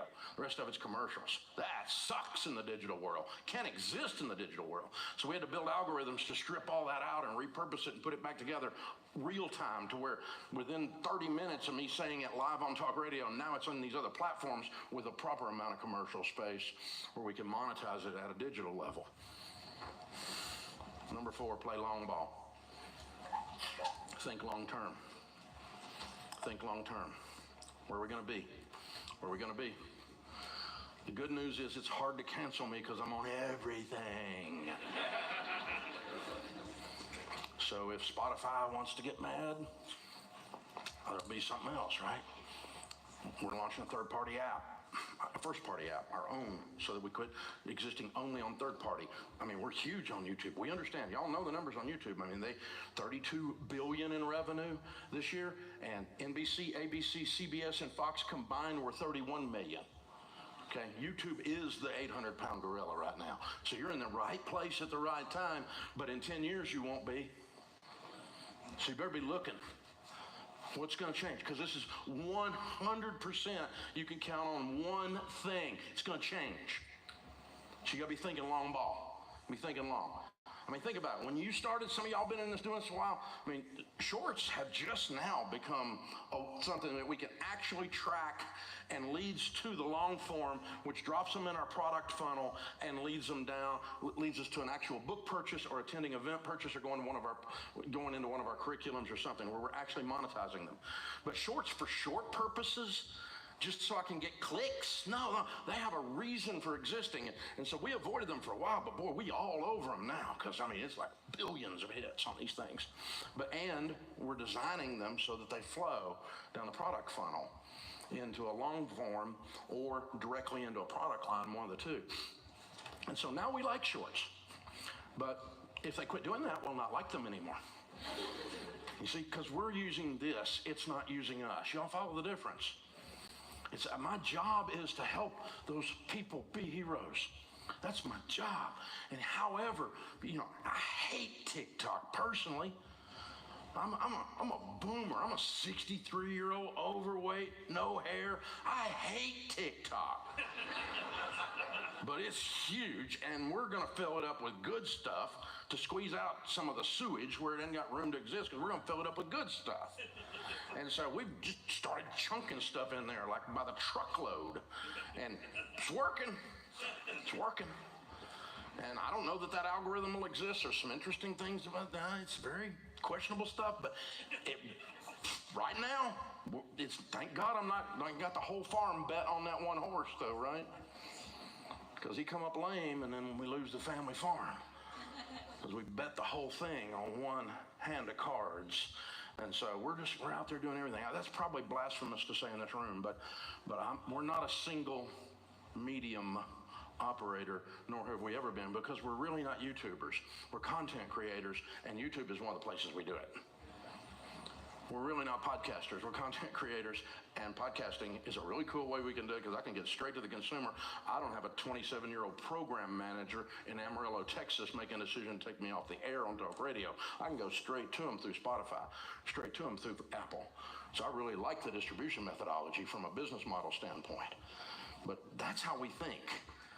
We is who we is. We're principled. We're making the customer the hero. We're thinking where we're going to be in 10 years. We're thinking how we're going to do something that matters. We play it again in 10 years. Is it still going to be saying the same thing? Because we still believe, because we believed the right things. And so if you want to do something that's just splashy and fun, you're going to be okay. But I got to tell you this, there's data coming out right now. If you're consuming podcasts, go back and pull Huberman up the other day, and he's doing a great podcast if you can get through the egghead stuff. But God, it's so smart. But he had Cal Newton on there, and then Cal jumped on Rogan the other day and did the same stuff, and pick up that book and that piece of data. There's also another book about what's happening with the teenagers with their phones and the screens, and the days of the influencer who has nothing to say and is nothing except what you want them to be that day. The birth of the reality show moving over into the space you and I are in, the days of that are gone. Those people just haven't gotten the memo yet, because Gen Z has no tolerance for bullcrap. They're very serious. They're very missional. They're very driven. They are not participation trophy, living in their mother's basement, useless snowflakes. They are not. I got 450 of them on my team. They get it, and they have no tolerance for something that's not authentic. They have no tolerance for something that isn't principled and isn't thinking long term and hasn't got their best interest at heart, and they can smell somebody who's a dancing poodle a mile away. And the dancing poodles hadn't all got the memo yet. Some of them are still moving product, but I got to tell you guys, it's not going to be long, because I've watched these sociological arcs happen in a marketing business setting over the overlap of media for 35 years now, and I've watched it move. And talk radio didn't get the memo that digital was going to take them out if they didn't cut their dadgum commercials back. Because it's impossible to listen to it, because it's all commercials. It just drives your ears crazy. And so consequently, the revenues are off, their stock prices are off, the three big companies are in Chapter 11. I mean, it's a dadgum bloodbath. Thank God we didn't bet the farm on one format. Even though that's the girl that brought me to the dance, and I still love her. I think she's awesome, but we didn't get married.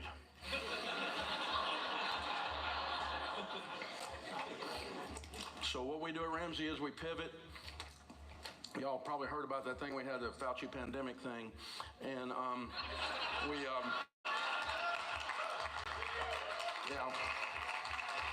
I got 1,100 people that like for their paychecks to go through so their kids can eat and stuff, and that's my job as their leader. I'm responsible to them, and so we didn't quit. We just kept. We put all our guys, our leadership team, in a boardroom every morning for 2 hours, and because we had entire segments of the business just evaporate when all that stuff happened, and some of it's just now coming back. Like for instance, live events, okay? Just now, really coming back to the level we had it before. Some of the other things came back quicker. Some of the other things we may never see them again. They're probably just gone. And so I got to feed all these people with that evaporation, and I got to create new opportunity in the middle of this freaking crisis. So we go into a wardroom and a war room, and here's what it looked like when we were doing it. Bounty Mega Roll lasts longer, so you can tackle applesauce and avocado, berries, butter, coffee cream, crispy fingers, deviled eggs, and dip bananas, red and green. Bounty Mega Roll lets you clean spills without running out. And mommy's glass of Zinfandel. Bounty, quicker picker-upper.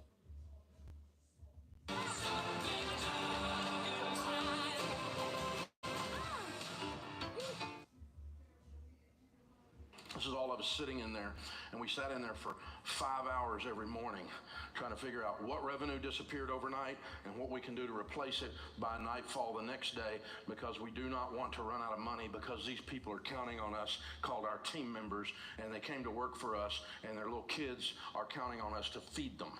And so we've got to be responsible leaders, and we got in there and we're just scratching and clawing, and what you can't see there is we were arguing too a lot. Because we do all the time. Arguing is awesome. If you're in a non-conflict environment, no one's being creative. So you gotta be busting into it and go, that's the dumbest butt idea. You're smart, but that's a dumb butt idea. You know, that happened in that room a lot. Okay, and we fought through it, and you can see me there with my head sideways at the back, that right-hand side of that thing, right? I'm like, that looks dumb. Oh God, there's another $10 million just disappeared, and So the way we do stuff, one of our core values is the momentum theorem, and then I'll close up because told me to be done because y'all want supper and stuff tonight. So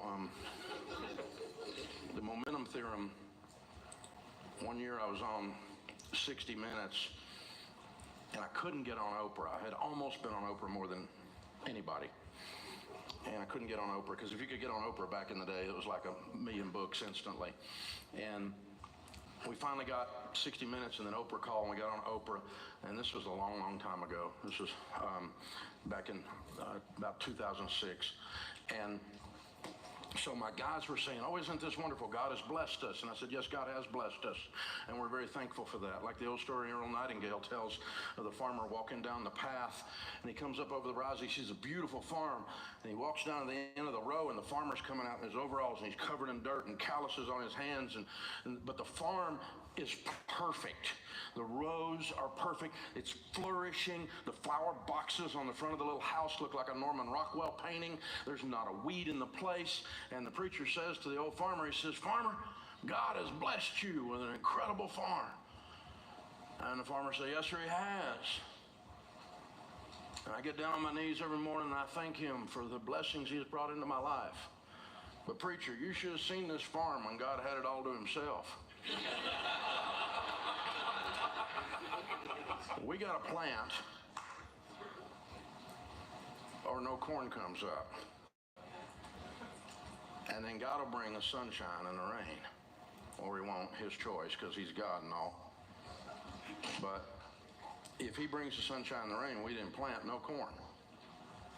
So FI is focused intensity over time, which is what we're talking about for the last 35 minutes, multiplied by big G, God, equals unstoppable momentum on the other side. Now, if you're not a math nerd, I'll help you because I'm a math nerd. Anytime you have a part of a math equation that one side of the equation is multiplied by the infinite, the answer on the other side is infinite. That's how that works. Focused intensity over time multiplied by God equals unstoppable momentum. And that's what you've been hearing about for the last few minutes. That's been my life for the last 35 years. I've worked my tail off, and about 90% of what I tried didn't work, and you guys all know about the 10% that did. because we just kept on stepping and fetching, scratching and clawing, hustling and grinding. And also, before we get into my conversation with Dave, I want to share a resource with you that's been personally impacting me. You know, Dave's new book, Build a Business You Love, is out now, and I just finished reading it over the weekend. And as you can see, if you're on the YouTube version of the podcast, I flagged and underlined so many different pages of the book. It's all about the 5 stages of business, and every business owner or content creator can benefit from investing in their learning and growth. But this quote stood out to me on page 12. It says, organizations are never limited by their opportunity, they're limited by their leader. That one hit me so hard. You know, if you're listening to this, I want you to consider that the bottleneck of the growth of your YouTube channel, the bottleneck of the growth of your business, the lid, if you will, of your next level this year and in your future is you. That's a sobering reality, but it's a true reality. And that's why if you're interested in starting a business or growing a real creator career and not just going viral and then burning out or disappearing, I think you would love this book as well. If you want to look at it or check it out, we'll link to that in the show notes as well as some other resources for you. But now let's dive into my conversation with Dave from our event, Grow with Video Live in Las Vegas. Dave, man, such an inspiring talk. And you just ended with your momentum theorem. Focused intensity over time multiplied by God equals unstoppable momentum. So we've been working the last couple of days at this conference and getting clear on, man, what problem do we solve, and how do we solve that problem, and who's the person we're going to help, and leveraging YouTube and these video platforms. I actually am curious what advice you would give to a couple that is thinking about going into a season of real hustle. Take us back to when you talk scratching and clawing, chopping wood, hustling, grinding. But if they were thinking like, in the next 3 years, Goldman Sachs says the creator economy is going to double. That everything that happened in the last 17 years of the creator economy. Yeah, we're sitting on a cusp. Yeah. No question about that. I agree with that. Yeah. And so there's about to actually be a ton of external momentum. So if you were to say, though, because sometimes people got kids, they got different seasons of life. Now let's make it practical. Take it to the kitchen. Like, what conversation would you have if we were sitting down like, honey, I really want to grind these next couple years? Or, you know, whoever it is, could be either spouse. And of course, people could be single. Maybe they got no kids. They got no excuse. They should just be putting in the work. What should they be doing, right? Yeah. Yeah. The only other option is happy hour, but they ought to be working. Yeah. So I'm just talking about if we were going to process and make a plan back when, you were putting in the work. I mean, take us back to when you were starting. And what was your conversation with your wife when it was like, honey, let's make a plan? How would you process through maybe implementing, to say there's a lot of momentum out here. I want to create some unstoppable momentum, but am I going to be able to do that in 1 hour a week and just playing video games the rest of the time, or what? Oscar Mayer wieners are 100% tasty.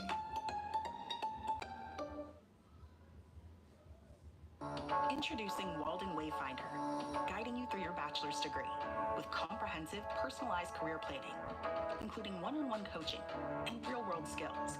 Make your impact with a bachelor's from Walden University. Set a course for change. Well, I mean, there's a couple things. Number one is in just the daily rhythm. I'm amazed at how many people are all worried about nurturing and life balance who, when they get home, have the television on. I mean, how's that work? That's inconsistent with what you just said you were, So just turn the stupid TV off. I mean, anything on Netflix is important as your baby. So take care of your baby, I mean, because Netflix, they got you. They'll start the next one. And you can just binge all night, right? I mean, they got that figured out. So yeah, I'll just turn the stupid TV off. The second thing we did was I learned, I'm a great leadership guy. He said, when you're at work, you've got you got the sword on, and you're doing battle, Braveheart, right? You're chopping your way through the enemy. You're fighting, and you're and when you pull up the driveway, stop a second. And do what the men or women, the warriors of old would do. When they come into the house, they take the sword off. and put it above Mao till tomorrow. And so don't use the same sword on your family you're using in the marketplace, same intensity that you're using in the marketplace. So be there for them, be nurturing, be loving, eye contact. You can schedule date night with your spouse once a week. You can do all these kinds of things while you're hustling and grinding. You can work 80 hours a week and still have time for kids if you just don't watch TV. It's pretty crazy. And so that's thing one. Thing two is then you can pick out certain things that are untouchable. So when our kids were growing up, by the time they got to say high school, prom date, the date for the proms, as soon as the school published them almost a year before, they were on my calendar, so my live events team didn't schedule an event over them because I'm not going to be out of town. Because I got 2 daughters and I got to be there threatening that guy when he's picking them up, right? I got to be cleaning my gun when you get home. You know the song, right? So I got to be explaining to him how this is going to work. So, there's got to be a presence there. And so I didn't miss a prom, but I was working hard. And I didn't miss a, major sporting event. I missed some of the little games. Because there's 9 million soccer games. It's like you cannot possibly, good Lord. And that's the other thing. If your kid is all distracted into stuff, or your spouse is all distracted with screens and everything else instead of engaged in a relationship while you're at home. So take those moments from, say, the time that you set that aside and put your phone in a basket. Everybody put your phone in a basket. We're not touching a stupid thing. We're not answering emails because they know their little bodies are wired. They feel it when your phone buzzes, and even if you just twitch, they felt it. They felt you wonder if there was something more important than them. They can feel it, and it runs all through their nervous system, and then they say, oh, that phone's important, so then they get addicted to it too. And there's data all over this stuff right now. So anyway, first thing is during the rhythm of life, be where you is. Don't be working while you're with family, and don't be screwing around worrying about everything with family while you're supposed to be working. Focus is an amazing thing. So that's thing one. Thing two is then there are seasons beyond days where you just turn it on. Like in our case, we would do we launched Total Money Makeover in 2003. I sold 400,000 books the first year, but it was because I did a 46-day contiguous book tour. I was in every city in America, signing books, doing media, doing events, but we told the kids, this is what Dad's doing. We told them for a year before I did it, because it was all planned out. It was a strategic marketing plan. And so the kids, I'm gonna be gone. Now, when I get home, I'm gonna take a week and sleep, and then we're loading up everybody and going to Disney. So there's a payoff at the end of the hustle and grind. And the whole family sees the payoff, and the whole family does this. And, kids are not afraid of their parents working hard. They're really not. And spouses aren't either. It's when they're working hard and absolutely ignoring them forever. When they get that lost hope, that's where it is. So the only time we really did have an extended season other than something like a book tour was when we first launched Financial Peace University, and I was teaching it live with an overhead projector before we put it on video. And I was teaching every night. And I had about 2 years of that. And Sharon would tell you she's a single mom during that time. But she grew up on the farm. As far as she's concerned, money comes from work, so get your butt to work. Because we need to eat, these kids want to eat, and we got to get this thing going, and if we don't get it up out of the ditch, it's going to die. Because there is a momentum. There's negative momentum, too. If you don't get it moving, it's going to crash on you. So you got to put in the hours, but you just don't use it as a workaholism, and you don't say, well, I have to not work because 40 hours. No one ever became successful on 40-hour work week. That's hilarious.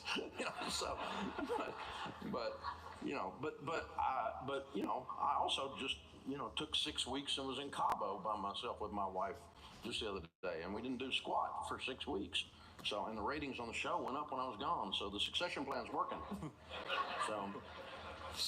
That answer your question? I don't know. 100%, so strong. One of the things we've been talking about is figure out who you serve and then figure out what problem do you solve. and then figure out how do you solve that problem, because there's different ways to solve problems. There's a lot of different people that have different approaches to finances. You know, I love being at Entree Leadership, your event. Patrick Lencioni was talking about the advantage.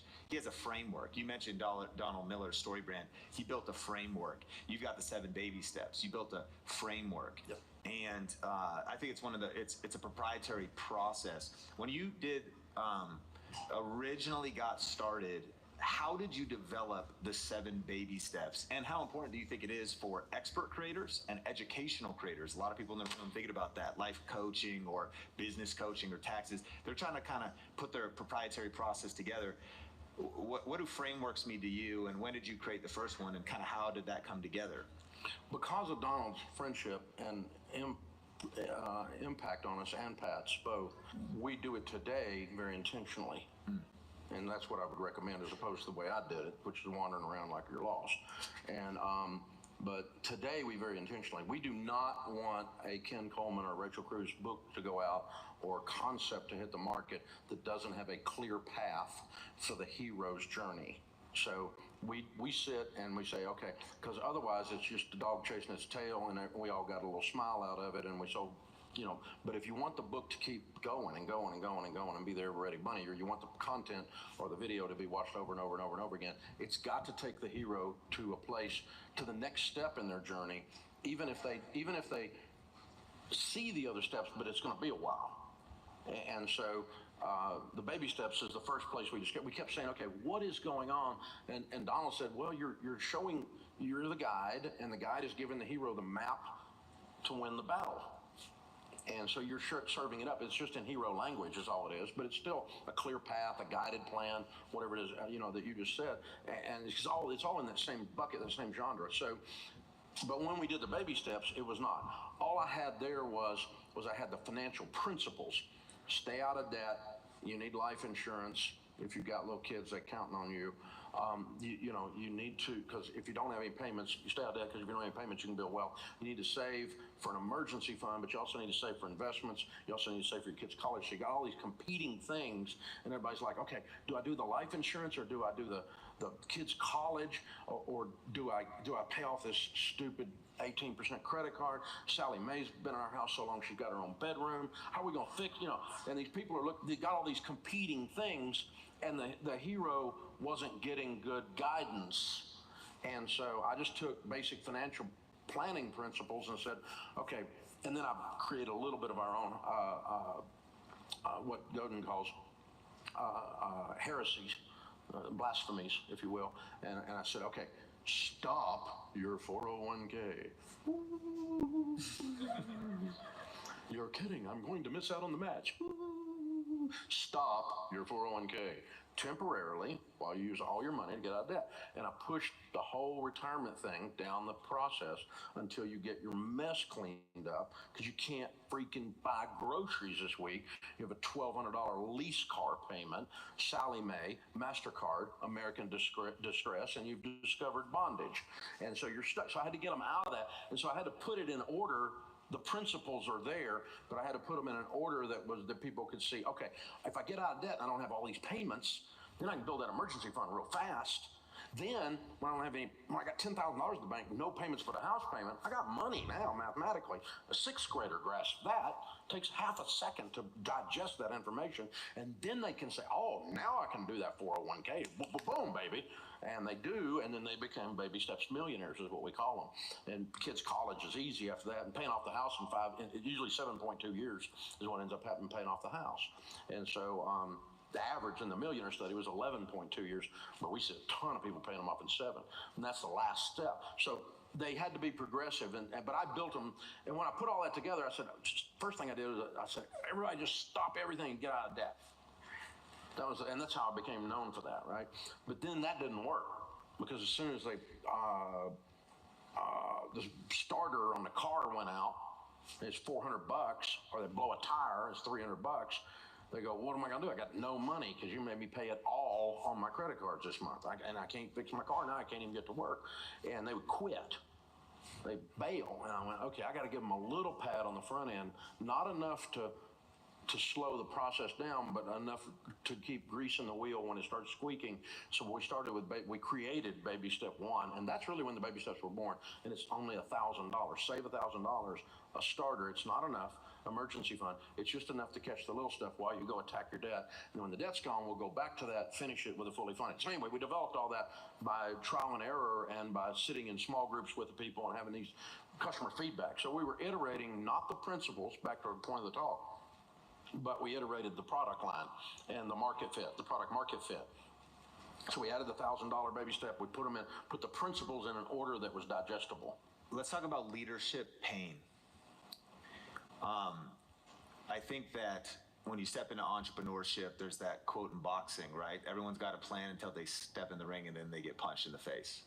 You've built so much and we got to tour Ramsey Solutions and you built this team, but man, with the stuff you've been through, whether that's, stuff with building teams, whether that's finances, all different things that could happen, no doubt about it, building something, there's going to be pain along the way.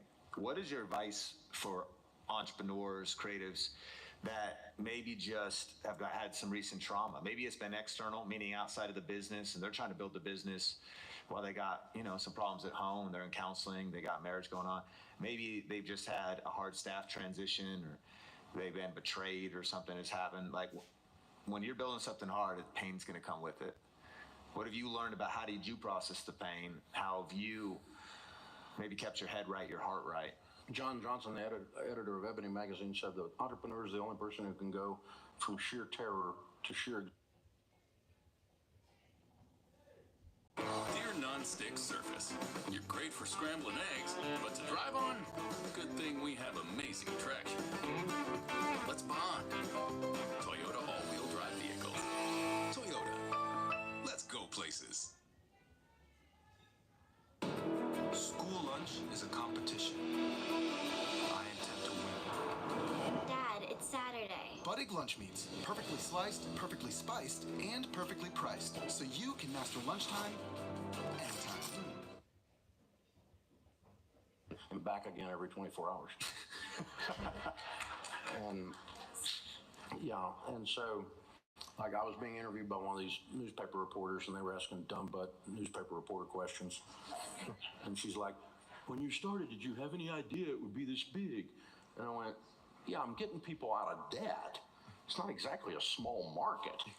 I mean, it's like everybody, It's not, it's not like a nuanced market. I knew what I didn't know is how hard it was going to be. What I didn't know is I'm going to have a $150 million payroll with 1,100 people. What I didn't know is that people are going to write newspaper articles and just totally make up crap that isn't true about us.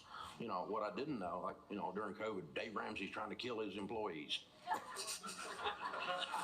New York Times. And I'm like, well, that's counterproductive. Why would I kill my employees? I would have to go get more. That's just dumb. That's just dumb. And people just make up stuff, and there's some funny ones making fun of me on the internet. There's some really good stuff. Some guy sent me, one of the guys making fun of me the other day. It's great. It was really funny. Apparently I'm really good for clickbait, right? But, those don't hurt my feelings. But you're right. The truth is that I don't know that I haven't always done it right. I know I haven't done it right. I haven't. Sometimes I just get hurt like everybody else. Sometimes I just get mad like everybody else. But again, the sustainability of a calling versus I'm just trying to do something for money. And it's like this person I love quits and then goes and starts a Facebook group about how horrible it is to work for Dave Ramsey. And I'm like, yeah, I gotta go back to work now. Can't really do anything about her. She is who she is now, and that's just it. And oh well, I can't fix. I mean, what am I gonna do with it? I can't, other than just I can let her live rent free in my head, but why would I give her free rent? I mean, it's not so. But it hurt my feelings, I wouldn't have brought it up just now. I remember it, so, because I thought we did a lot of nice things and took care of families, and we spend a lot of money and time working to love our people well, and then still it's not enough sometimes if you accidentally hire a snowflake. And so, but the, well, I mean, it is. I mean, it's like the whole stinking the axis of the world runs right through the top of the head. It's like the whole thing revolves around you. Who knew? And so, but yeah. So it's, and sometimes that's happened, but usually I can trace it back to, okay, there's some point further back in the story that I should have acted as a leader and I didn't. And I let something go. I saw an eye roll and I didn't address it. I saw someone and I thought, I just got to get my work done. I kind of let it go. And so now we're real proactive these days and have been for a decade about really intersecting problems early, and then they don't get as big, and they don't hurt your feelings as bad, and the betrayal isn't as thorough or big or whatever and all that kind of stuff. And I can't do anything about somebody that never met me just making up a story about me. I mean, what do you do with that? I can't do anything about that. So what am I going to do with it? I don't know. But it's funny. I had a guy from the local news station call me the other day. He's a buddy of mine. He goes, hey, it's going around the newsroom. Your Viper got repoed. And I went, cool. He said, what do you mean cool? I said, I didn't know I had a Viper. And I sure as hell wouldn't have payments on it. I mean, y'all are really dumb in the news business, aren't you? I mean, it's just like, y'all really need to go find a news story to work on over there. Golly. Good. Labor, some people here are just getting started, some people already have teams. Labor is one of the number one costs of businesses, 70% of spending. You said you have a $150 million payroll. Wow. Thank God it didn't just start there. It was a little bit at a time. Otherwise, I wouldn't have been. We all got real discouraged. Like, man, we're not going to be able to afford this. Yeah. When should a business owner hire? If they're solo, getting their things started. And imagine you put yourself in the shoes of some of these content businesses, because we're living in this solopreneur opportunity where you can be lean, you can use all these tools and wear a lot of hats. When should a business owner hire? You get ROI on payroll two different ways, and you have to get ROI on payroll or you go out of business. You know, if you hire someone, they have to make you more money or save you more money than they cost you. At the end of the day, something they're doing has to lead to that. And so, an example in your all's world, I guess, might be something as primitive as, okay, if I'm working on thinking through the idea, building out the storyboard of how I'm going to do this, and I can spend my time on that because I hired an editor, and that's not sucking the marrow out of my bones to get the idea to the screen, because I've got 4 other ideas in my head while I'm trying